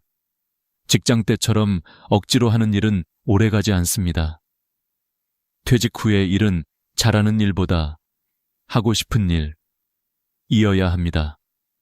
선배들은 말합니다. 이제는 능력보다 기분이 먼저다. 우리가 평생 해야 할 일은 한 가지다. 기분 좋게 사는 법. 그러니 퇴직 후의 일은 나의 감정, 성격, 생활 리듬에 맞아야 합니다. 이때 많은 사람들이 질문합니다. 나이가 들면 누가 나를 필요로 할까? 그런데 실제로 많은 70대가 재취업하거나 새로운 일을 시작해 삶의 활력을 되찾고 있습니다. 다양한 사례가 있습니다. 어떤 선배는 68세에 동네 카페에서 오전 알바를 시작했는데 그 1시간이 하루를 살아가게 하는 원동력이 되었다고 말합니다. 손님에게 인사하는 그 짧은 순간이 나를 다시 살게 하더라고요. 또 어떤 선배는 택배 분류 보조로 하루 2시간만 일하면서 체력도 회복되고 규칙적인 생활이 생겨 오히려 건강이 좋아졌습니다. 중요한 건 수입이 아니라 매일 나갈 곳이 있다는 사실입니다. 이 단순한 조건이 노년의 고독을 크게 줄여줍니다. 그런데 일의 형태는 꼭 직업일 필요도 없습니다. 누군가는 동네 커뮤니티에서 봉사활동을 하며 일의 의미를 되찾고 누군가는 한 달에 2번 지역 도서관에서 아이들을 가르치며 삶의 보람을 느낍니다. 누군가는 아파트 경로당에서 탁구 동아리 운영을 맡아 리더 역할을 하며 활력을 얻습니다. 이런 활동은 모두 일의 한 형태입니다. 우리가 일이라고 말할 때 반드시 돈이 오갈 필요는 없습니다. 중요한 건 사회적 연결감, 그리고 내가 누군가에게 필요한 존재라는 느낌입니다. 70대 선배들은 퇴직 후 가장 위험한 것은 아무것도 하지 않는 하루가 쌓이는 것이라고 말합니다. 하루는 편안할 수 있지만 그 하루가 100번 반복되면 삶 전체가 무너집니다. 그래서 작은 일이라도 꾸준히 해야 합니다. 심리 전문가들도 말합니다. 사람은 움직일 때 살아있고 멈출 때 늙는다. 그 움직임이 운동이든 취미든 봉사든 재취업이든 상관없습니다. 움직이는 일에 몸과 마음을 두는 것이 중요합니다. 또 한 가지 중요한 관점은 일을 통해 새로운 인간관계를 만들 수 있다는 점입니다. 퇴직 후 회사 사람들은 자연스럽게 멀어지지만 새로운 일터나 새로운 활동에서는 직장이 아닌 진짜 사람들과 관계를 맺을 수 있습니다. 70대 선배들은 이렇게 말합니다. 진짜 인연은 직장에 있지 않다. 내가 좋아하는 일을 할 때 그 옆에 있는 사람이 진짜 인연이다. 이 말처럼 나이가 들수록 억지 인간관계보다 자연스럽게 이어지는 관계가 훨씬 소중해집니다. 그리고 마지막으로 선배들은 퇴직 후의 일을 미래를 위한 보험이라고 표현합니다. 건강이 악화되면 일도 줄어들고 움직임도 줄어듭니다. 그래서 70대 선배들은 한결같이 말합니다.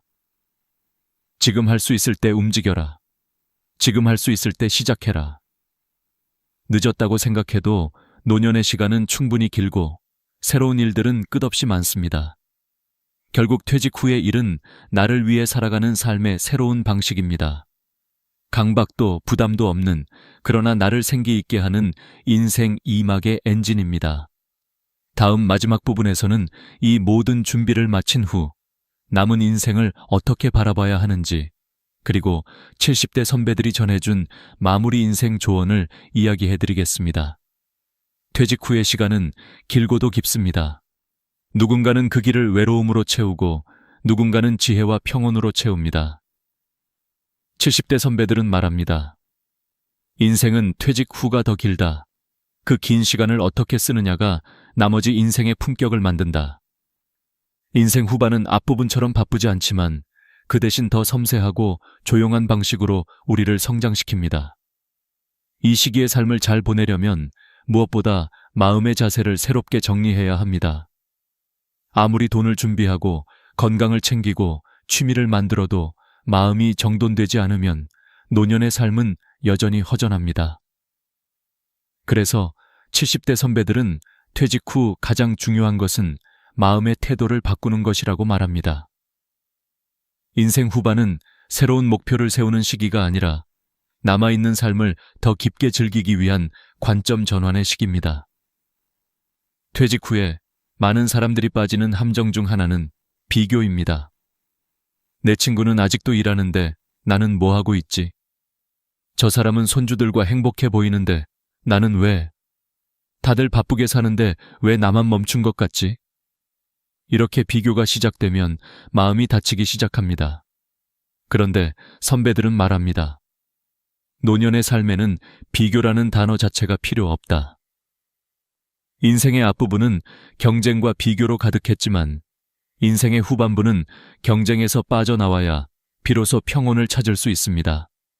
마음이 편안해지는 사람은 한결같이 이렇게 말합니다. 이제는 나만 보면 된다.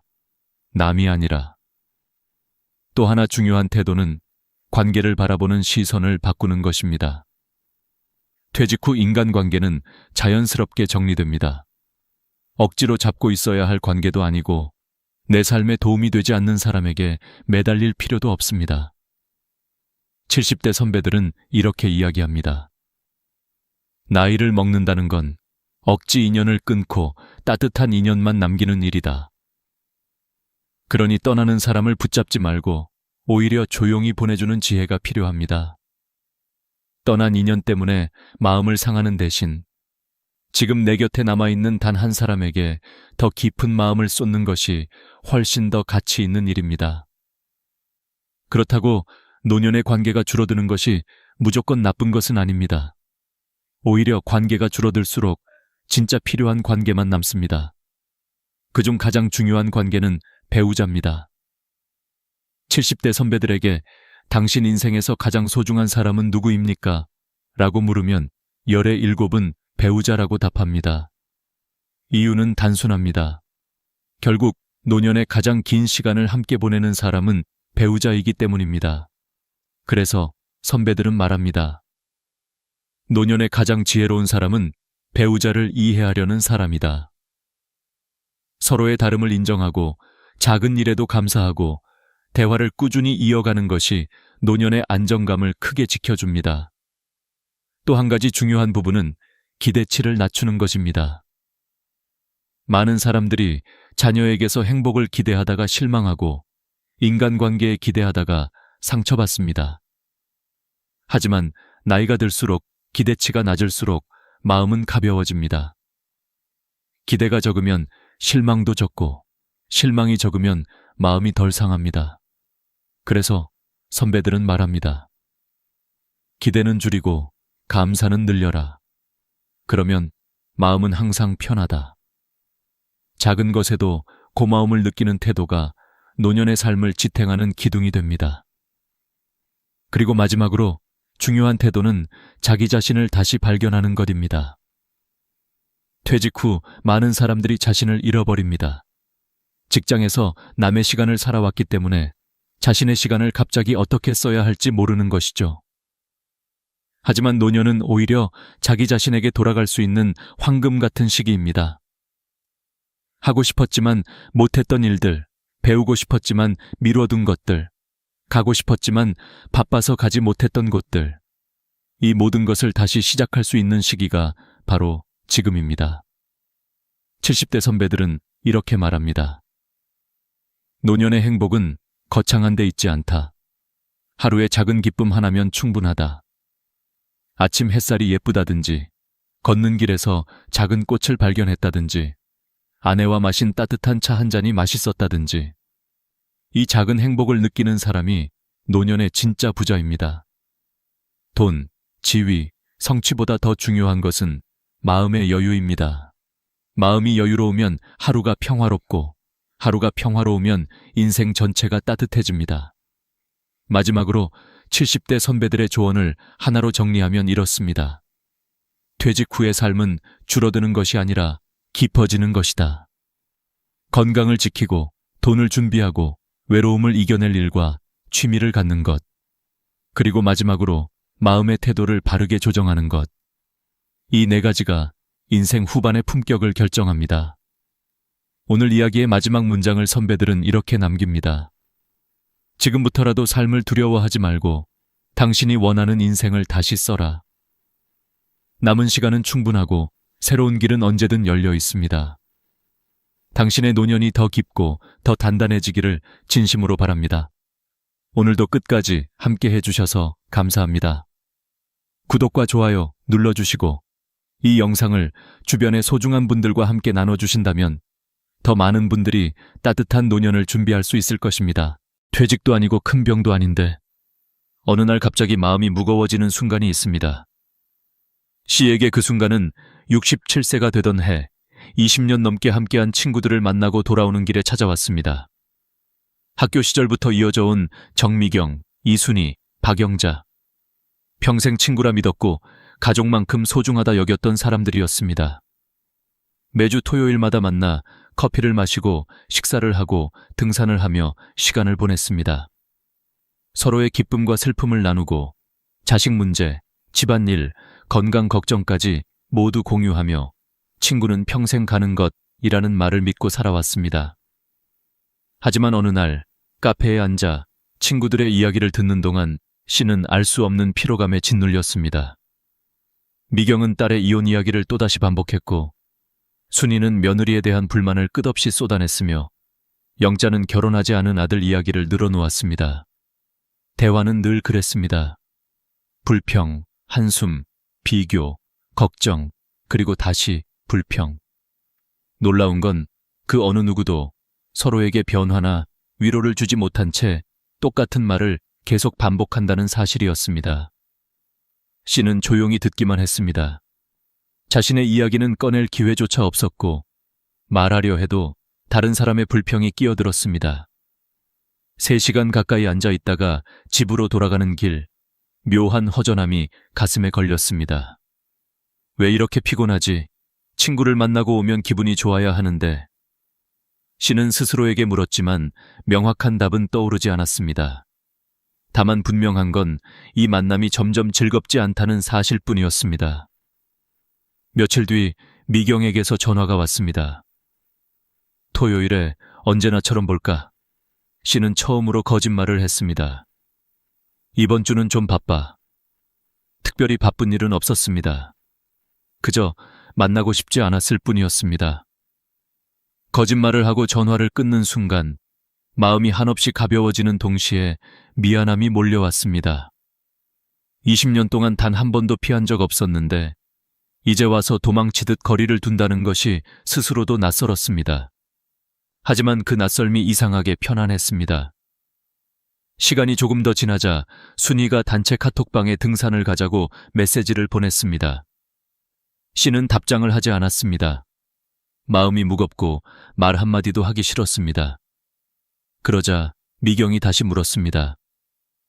옥자, 요즘 바쁜가 봐. 무슨 일 있어? 씨는 휴대폰을 내려놓고 깊은 한숨을 쉬었습니다. 설명할 수 없는 감정, 정리되지 않은 마음, 그리고 이유 없는 피로감. 친구들이 잘못한 것도 아니고 자신이 크게 변한 것도 아닌데 왜 일이 힘들까? 남편에게 살짝 털어놓았지만 남편조차 정확한 이유는 모르겠다고 했습니다. 20년의 시간이 갑자기 무거운 짐처럼 어깨에 얹힌 듯 했습니다. 한 달 동안 씨는 친구들의 연락을 받지 않았습니다. 카톡도 읽지 않았고 전화도 받지 않았습니다. 그 사이 친구들은 걱정했고 단체방엔 옥자 아픈 거 아니냐는 질문이 쏟아졌습니다. 그러나 씨는 답하지 않았습니다. 어떻게 말해야 할지 몰랐기 때문입니다. 너희가 불편해. 이 말은 말할 수 없었습니다. 억지로 거짓말을 하기도 싫었습니다. 그러던 어느 날 초인종이 울렸습니다. 문을 열자 미경이 서 있었습니다. 표정은 걱정과 불안으로 가득했습니다. 왜 연락이 안 돼? 무슨 일 있는 거야? 씨는 차를 내오며 억지 웃음을 지었습니다. 그냥 좀 쉬고 싶어서, 몸이 안 좋아서. 하지만 미경은 쉽게 납득하지 않았습니다. 우리가 뭐라도 잘못했어. 말해줘. 그 질문은 씨에게 칼처럼 날카롭게 꽂혔습니다. 하지만 대답할 수 없었습니다. 친구들이 잘못한 건 아니었으니까요. 그냥 자신이 지쳐 있었을 뿐이었습니다. 미경은 실망한 얼굴로 돌아갔고 씨는 문이 닫히자마자 무너져 내릴 듯한 감정에 잠시 주저앉았습니다. 이젠 정말 어쩌지? 관계를 정리해야 할까? 아니면 예전처럼 돌아가야 할까? 씨는 스스로에게 물었습니다. 67년의 인생 동안 친구가 전부라 믿고 살아왔는데 이제 와서 그 관계가 무너지는 느낌이 너무나 낯설고 두려웠습니다. 하지만 한 가지는 분명했습니다. 지금 이대로는 행복하지 않다는 것, 무언가를 바꿔야 한다는 것. 처음으로 씨는 평생 지켜온 친구는 평생 가는 것이라는 믿음에 균열이 생기고 있음을 알아차렸습니다. 그것은 충격이었지만 동시에 새로운 시작이 될지도 모를 작은 흔들림이었습니다. 퇴직도 아니고 건강에도 큰 문제가 없는데 어느 날 갑자기 사람이 지치는 순간이 있습니다. 옥자 씨에게 그 순간은 친구들의 반복된 불평과 한숨 속에서 시작되었습니다. 몸이 아픈 것도 아니고 특별히 큰 사건이 있었던 것도 아닌데 만남이 끝날 때마다 마음이 축 처지고 집에 돌아와서도 기운이 나지 않았습니다. 예전엔 친구를 만나면 다음 약속을 기다렸지만 요즘은 친구를 만나야 할 토요일이 오기만 해도 마음이 무거워졌습니다. 왜 이렇게 피곤하지? 씨는 이유를 모르면서도 점점 친구들의 전화를 피하게 되었습니다. 미경, 순이, 영자는 여전히 예전처럼 자식 이야기, 며느리 이야기, 몸 아픈 이야기만 끝없이 늘어놓았습니다. 하지만 그 이야기를 들으며 씨는 위로받기는커녕 더 지쳐갔습니다. 어느 순간 씨는 깨달았습니다. 나는 늘 들어주기만 하는 사람이었구나. 친구들의 이야기는 항상 씨의 귀에서 끝났고 그 누구도 그녀의 마음을 묻지 않았습니다. 그래서 씨는 점점 연락을 피하기 시작했습니다. 거짓말까지 해야 했습니다. 만남을 피한다고 죄책감을 느끼면서도 이상하게도 마음 한편은 가벼웠습니다. 아, 이번 주는 안 만나도 되는구나.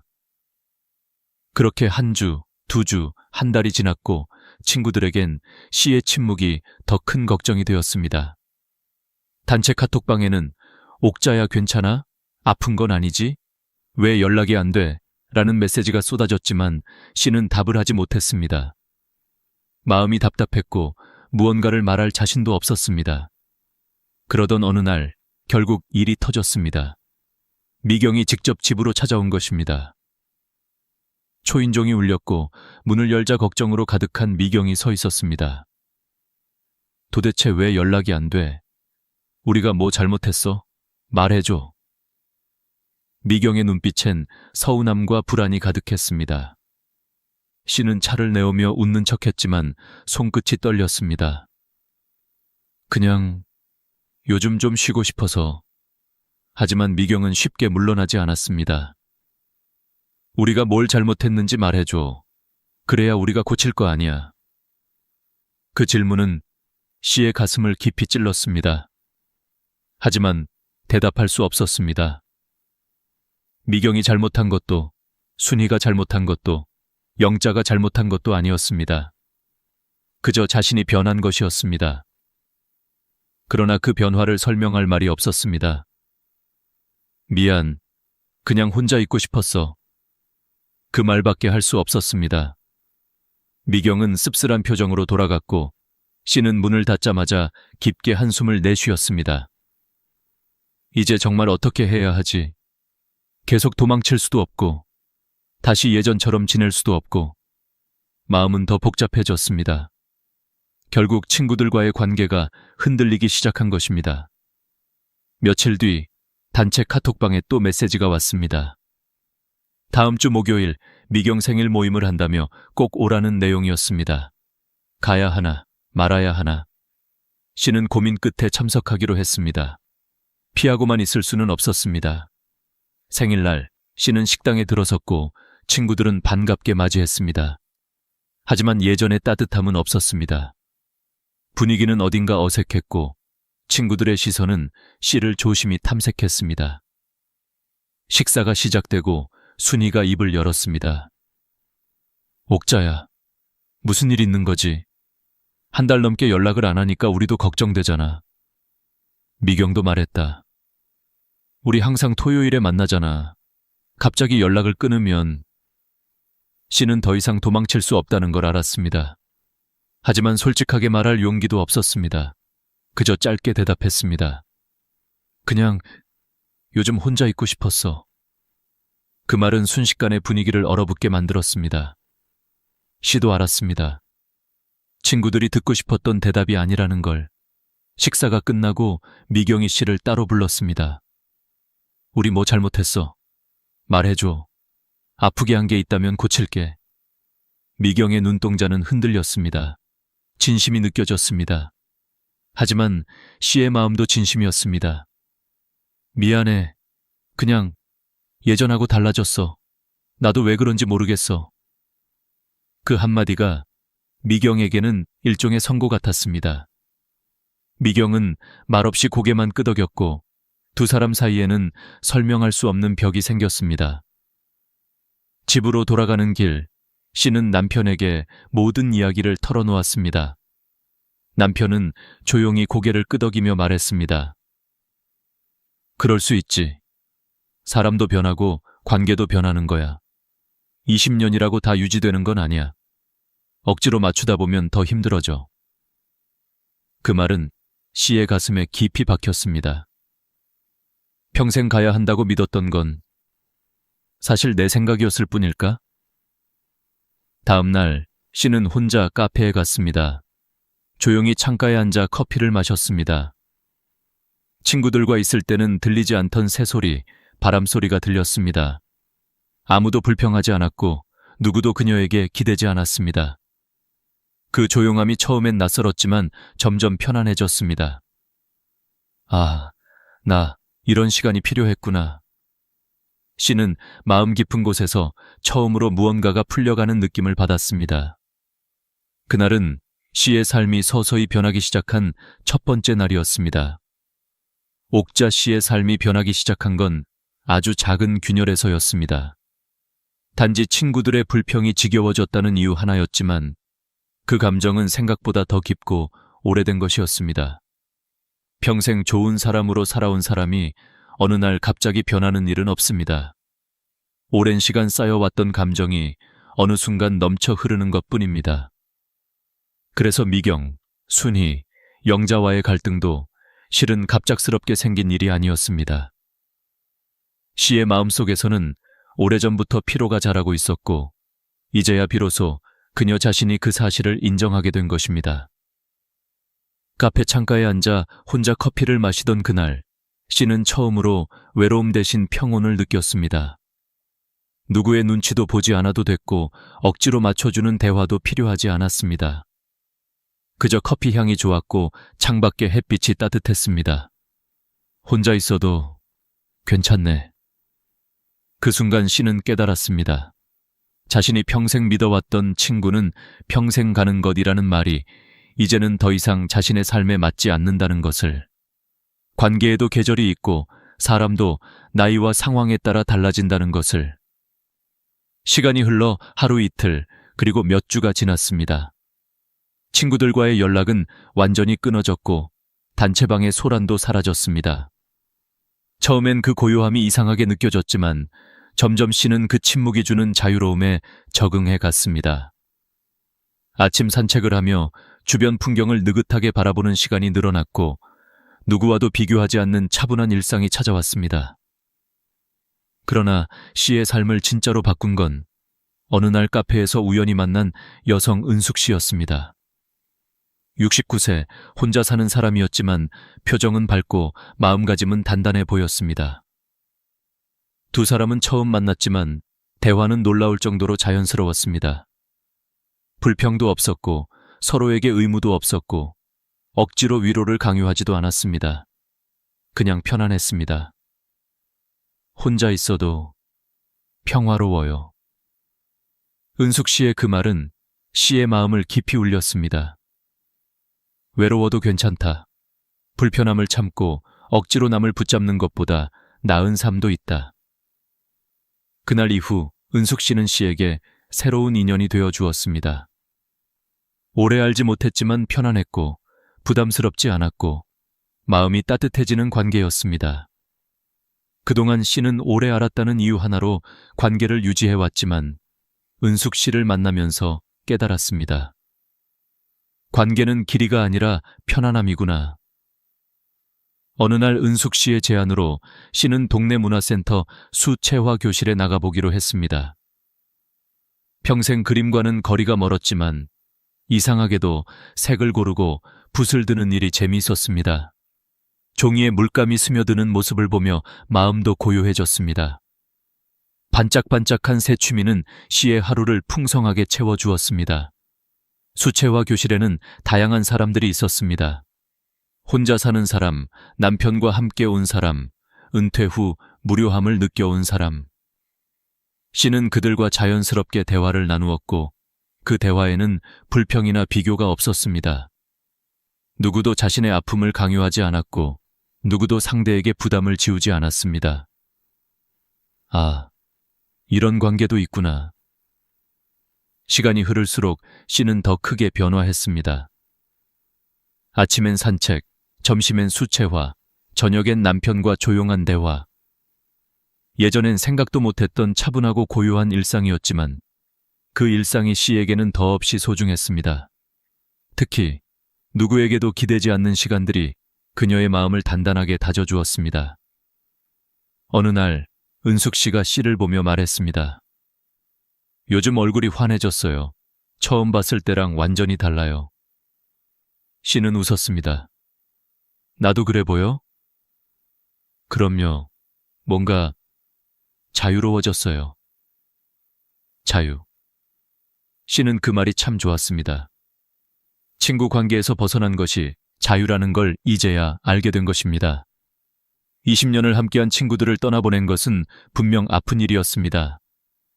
미경이 너무 화를 냈던 것도 이해했고 순이와 영자가 씨를 오해한 것도 이해했습니다. 그러나 씨는 알았습니다. 관계를 억지로 붙들고 있는 것이 오히려 서로를 더 아프게 만든다는 것을. 사람들의 입방아도 있었습니다. 옥자가 이상해졌다더라, 친구들을 버렸다더라 같은 말들도 들렸습니다. 하지만 씨는 흔들리지 않았습니다. 그 말들은 그들의 입에서 끝나는 이야기였고 씨의 삶은 씨가 지켜야 했습니다. 한 달, 두 달, 씨는 더 밝아졌고 더 편안해졌고 더 자신을 사랑하게 되었습니다. 남편도 씨의 변화를 기뻐했습니다. 당신 요즘 참 좋아 보여. 응, 나답게 살고 있는 것 같아. 씨는 그 말이 진심이라는 걸 알았습니다. 결국 씨가 떠난 것은 친구들이 아니라 자신을 괴롭히던 마음의 짐이었습니다. 친구들이 나쁜 사람들이었던 것도 아닙니다. 그저 씨와 맞지 않게 된 것뿐입니다. 관계가 끝났다고 반드시 누군가가 잘못한 것은 아니었습니다.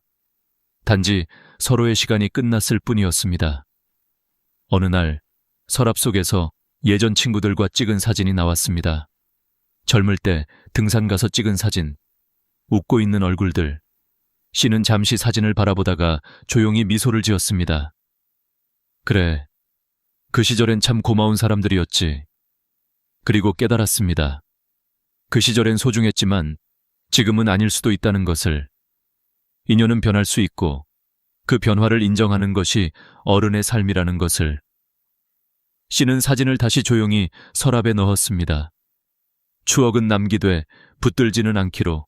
그리고 창밖을 바라보았습니다. 햇살이 잔잔히 방 안에 스며들고 있었습니다. 그래, 이렇게 사는 게 나한테 맞는 거야. 씨의 삶은 그렇게 조금씩 새롭게 피어나고 있었습니다. 옥자 씨의 일상은 어느새 완전히 새로워져 있었습니다. 예전에는 친구들과의 약속이 중심이었지만 이제는 하루의 리듬이 자신에게 맞춰 흘러갔습니다. 아침 햇살이 거실 창을 비스듬히 비출 때면 씨는 천천히 일어나 따뜻한 차를 한 잔 내렸습니다. 그 향이 집안을 채우는 동안 그녀는 오늘 무엇을 그릴지, 어디를 걸을지, 어떤 색으로 마음을 표현할지를 생각했습니다. 누구의 눈치도 보지 않고 누구에게 맞추거나 설명할 필요도 없이 오롯이 자신을 위한 하루가 만들어지는 시간이었습니다. 산책길에서 만나는 작은 변화들도 씨에게는 큰 위로가 되었습니다. 떨어져 있는 은행잎 하나에도 눈길이 갔고 나무 사이로 불어오는 바람의 냄새가 계절의 흐름을 알려주었습니다. 예전에는 친구들과 걸으면서 이야기에만 집중해 주변을 제대로 볼 시간이 없었는데 혼자 걷게 되니 세상의 작은 모습들이 하나하나 씨의 마음속으로 깊이 들어왔습니다. 혼자 있어도 괜찮네. 그 말이 점점 씨의 삶에 뿌리를 내리고 있었습니다. 수채화 수업은 씨에게 또 다른 세계를 열어주었습니다. 처음에는 자신이 이렇게 붓을 잡고 그림을 그리게 될 줄 몰랐습니다.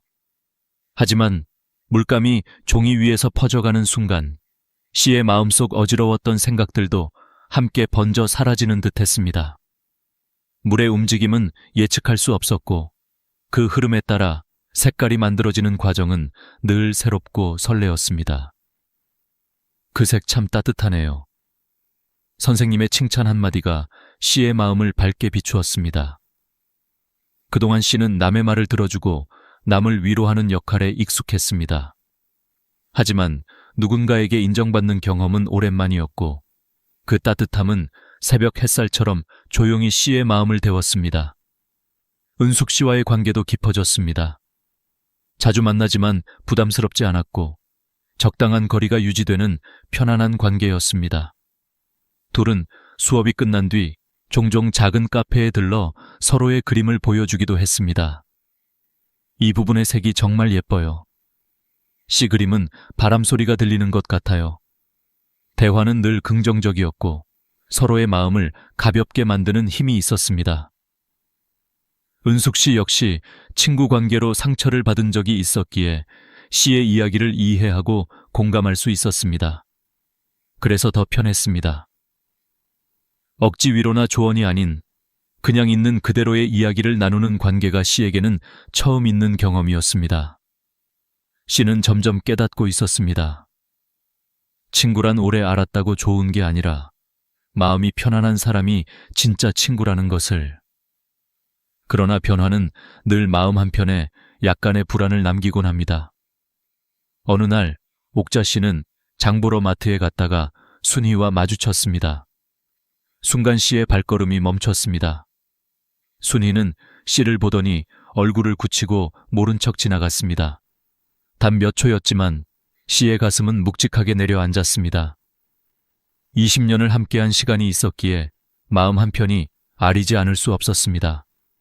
하지만 씨는 곧 고개를 들었습니다.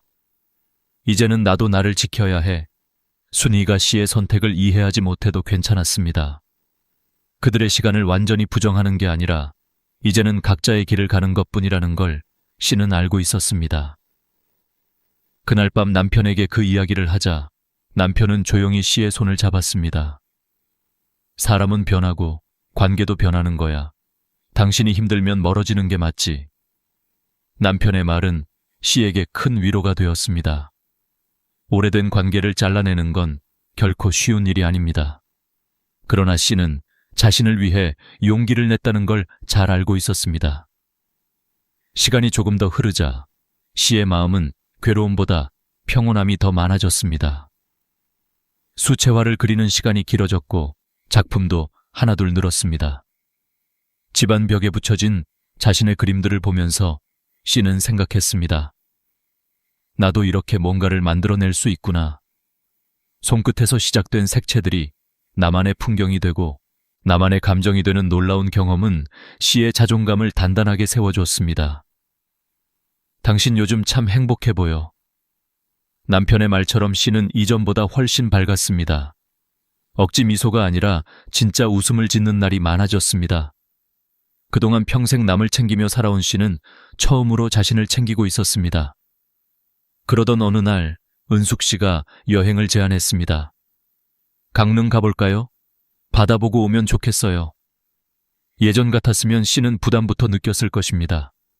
누가 비용을 더 냈네, 누가 불편을 만들었네. 그런 생각에 여행조차 스트레스였으니까요. 그러나 은숙 씨와의 여행은 상상만 해도 편안했습니다. 그래서 씨는 웃으며 대답했습니다. 좋아요, 같이 가요. 강릉 바다는 언제나 씨처럼 새롭게 변하는 사람들에게 묘한 기운을 주는 곳이었습니다. 기차 창밖 풍경을 보며 두 사람은 조용히 이야기를 나누었고 바닷바람을 맞으며 마신 커피는 유난히 따뜻했습니다. 해변을 천천히 걸으면서 씨는 마음속에 오래 남아있던 불안을 조금씩 내려놓았습니다. 억지로 관계를 이어가려 끌어안고 있던 감정들이 바람 속으로 흩어져 사라지는 것 같았습니다. 여행에서 돌아오던 날 씨는 느꼈습니다. 이게 진짜 여행이구나. 피곤하지 않은 여행, 억지로 만들어진 즐거움이 아닌 진짜 편안함이 있는 여행. 그 감정은 씨를 더 단단하게 만들었습니다. 집으로 돌아왔을 때 남편은 씨를 바라보며 말했습니다. 당신, 정말 잘한 선택 같아. 씨는 고개를 끄덕였습니다. 맞았습니다. 그동안 너무 늦게 깨달은 걸 수도 있었지만 지금이라도 자신을 위해 선택한 것이 다행이었습니다. 그리고 마음속 깊은 곳에서 처음으로 이런 생각이 떠올랐습니다. 나는 이대로 살아도 충분히 행복해. 친구가 많지 않아도 괜찮고 혼자여도 괜찮고 편한 사람 한 명만 있어도 인생은 충분히 따뜻하다는 걸 씨는 조금씩 배워가고 있었습니다. 인생의 후반부가 이렇게 평화로울 수 있다는 걸 누가 알았을까요? 씨는 미소를 지었습니다. 내일도 새로운 하루가 펼쳐질 것입니다. 옥자 씨는 어느새 69세가 되었다. 2년이라는 시간 동안 삶은 완전히 달라졌고 그 변화는 조용하지만 단단하게 자리 잡고 있었다. 아침 햇살이 얇은 커튼 사이로 스며들던 어느 날, 그녀는 평소처럼 느긋하게 차 한 잔을 우려냈다. 이전의 삶에서는 누굴 만나야 한다, 어디에 참석해야 한다는 의무감이 먼저 떠올랐지만 이제는 그런 압박이 전혀 없었다. 차를 들고 거실에 앉았을 때 밀려오는 건 오직 평화였다. 남편은 미소 지으며 말했다. 요즘 참 밝아 보여. 그녀는 고개를 끄덕이며 대답했다. 응, 나도 느껴. 그리고 그 말은 거짓이 아니었다. 예전에는 친구들이 많을수록 인생이 풍요롭다고 믿었지만 지금은 오히려 관계가 적을수록 마음이 가벼웠다.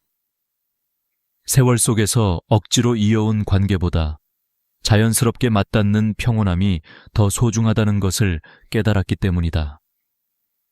수채화 교실에서도 그녀의 변화는 눈에 띄었다. 선생님은 그림 하나를 보며 말했다. 색이 훨씬 부드러워졌어요. 마음이 편안해진 게 느껴집니다. 그 말에 옥자 씨는 미소 지었다. 예전의 그림은 뭔가 억눌린 듯 거칠고 색이 어둡게 번지곤 했다. 하지만 이제는 물감의 번짐도 자연스럽고 색감도 따뜻했다. 그녀는 그 변화가 단순한 그림 실력 때문이 아니라 자신의 내면이 변했기 때문이라는 걸 알고 있었다. 어느 날 수업이 끝나고 은숙 씨와 근처 카페에 앉아 이야기를 나누던 중이었다.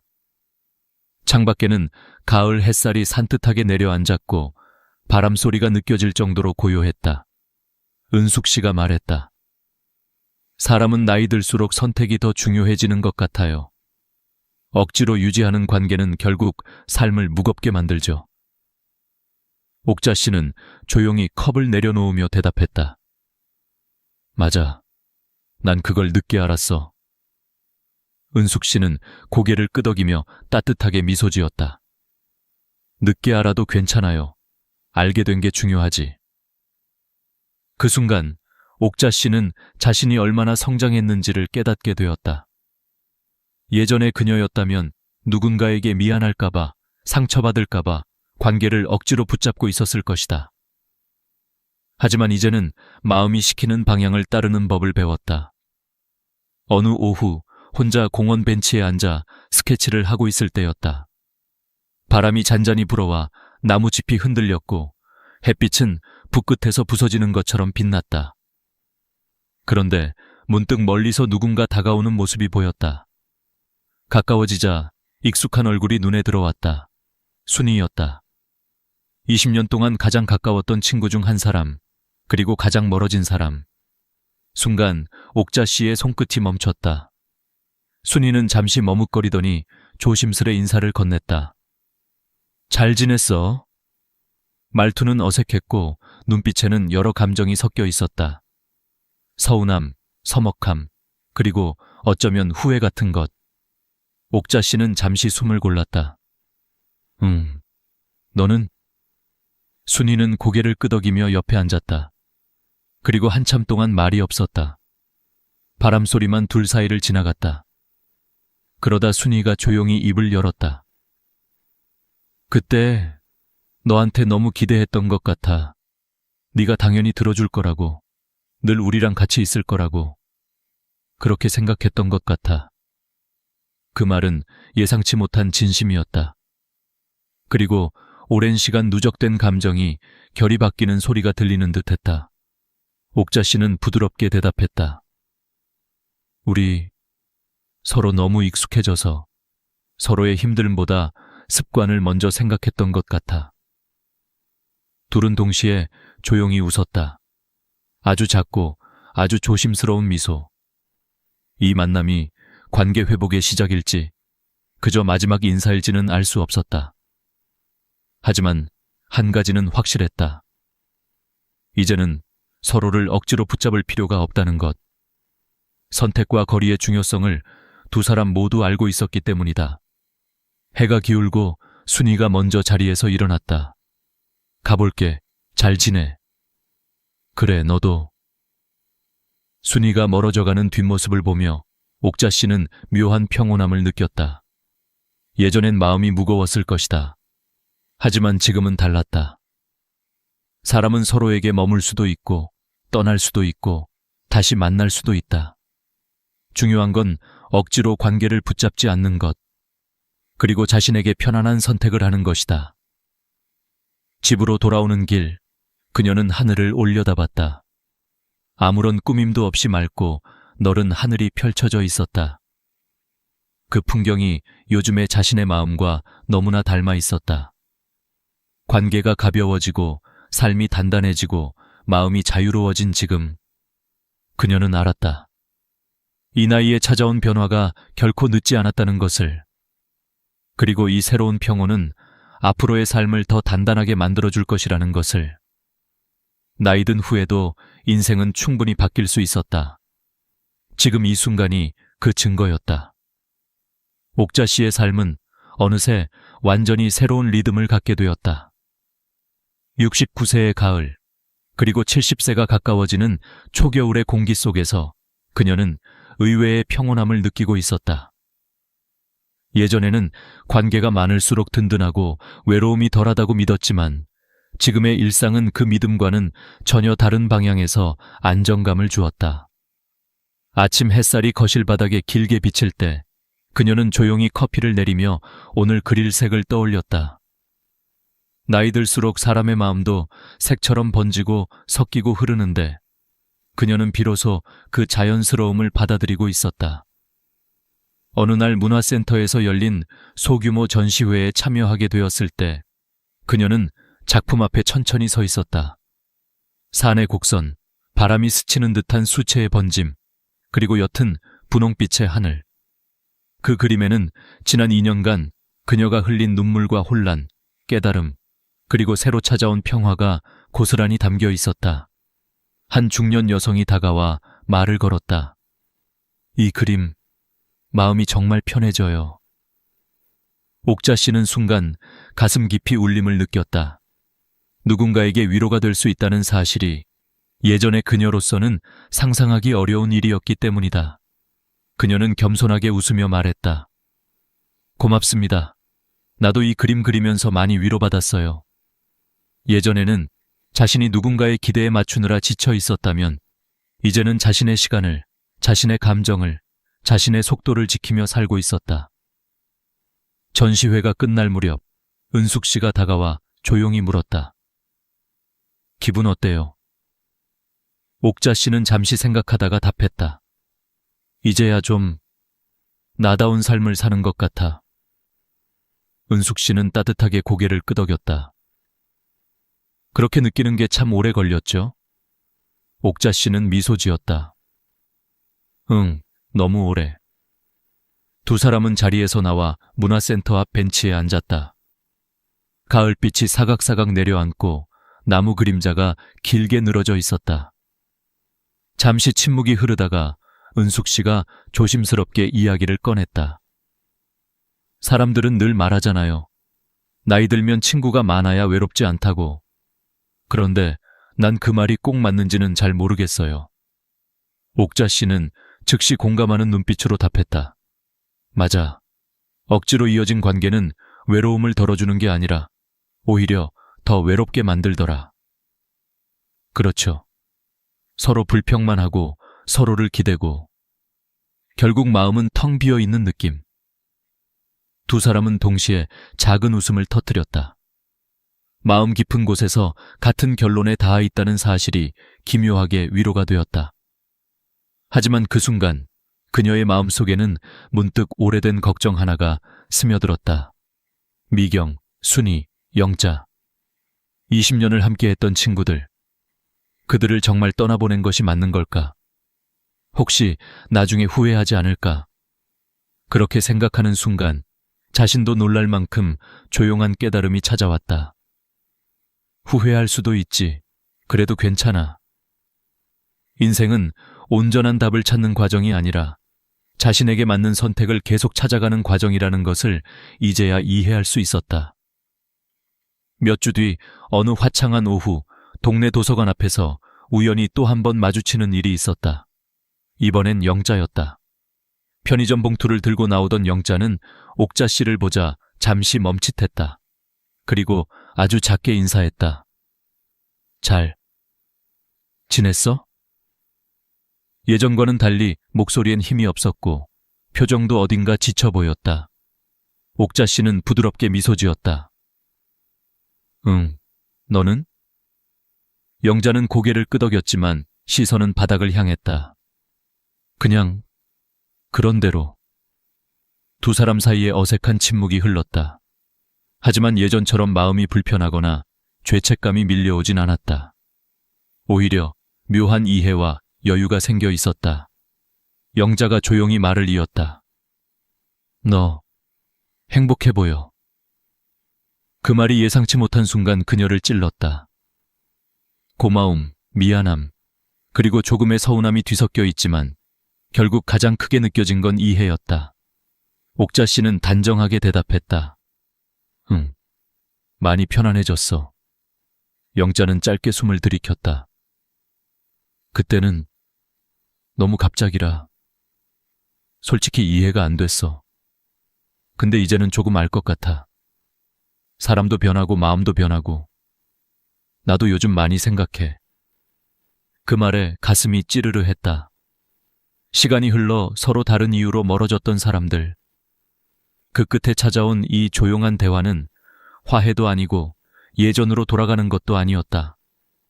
그저 서로를 인정하고 서로의 선택을 존중하는 마지막 인사 같은 순간이었다.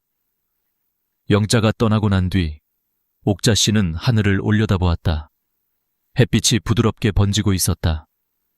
이 순간 그녀는 스스로에게 아주 조용히, 아주 단단하게 말할 수 있었다. 괜찮아. 나는 나대로 잘 살고 있어. 겨울이 오고 다시 봄이 찾아왔다. 벚꽃이 피기 시작하는 어느 오후, 옥자 씨는 은숙 씨와 함께 공원을 걸었다.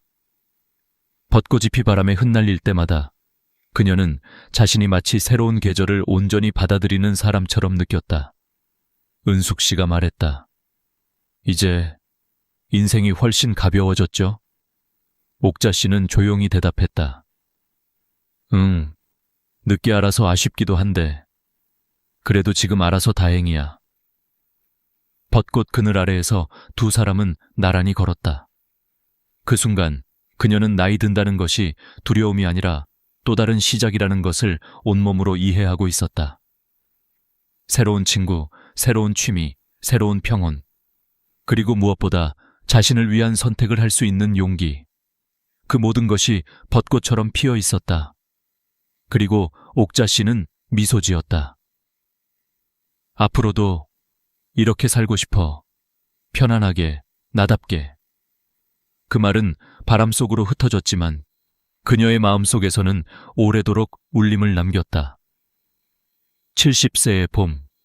인생은 여전히 아름답고 아직도 새로운 길이 남아 있었다. 그리고 그녀는 그 길을 천천히, 그러나 단단히 걸어갈 준비가 되어 있었다.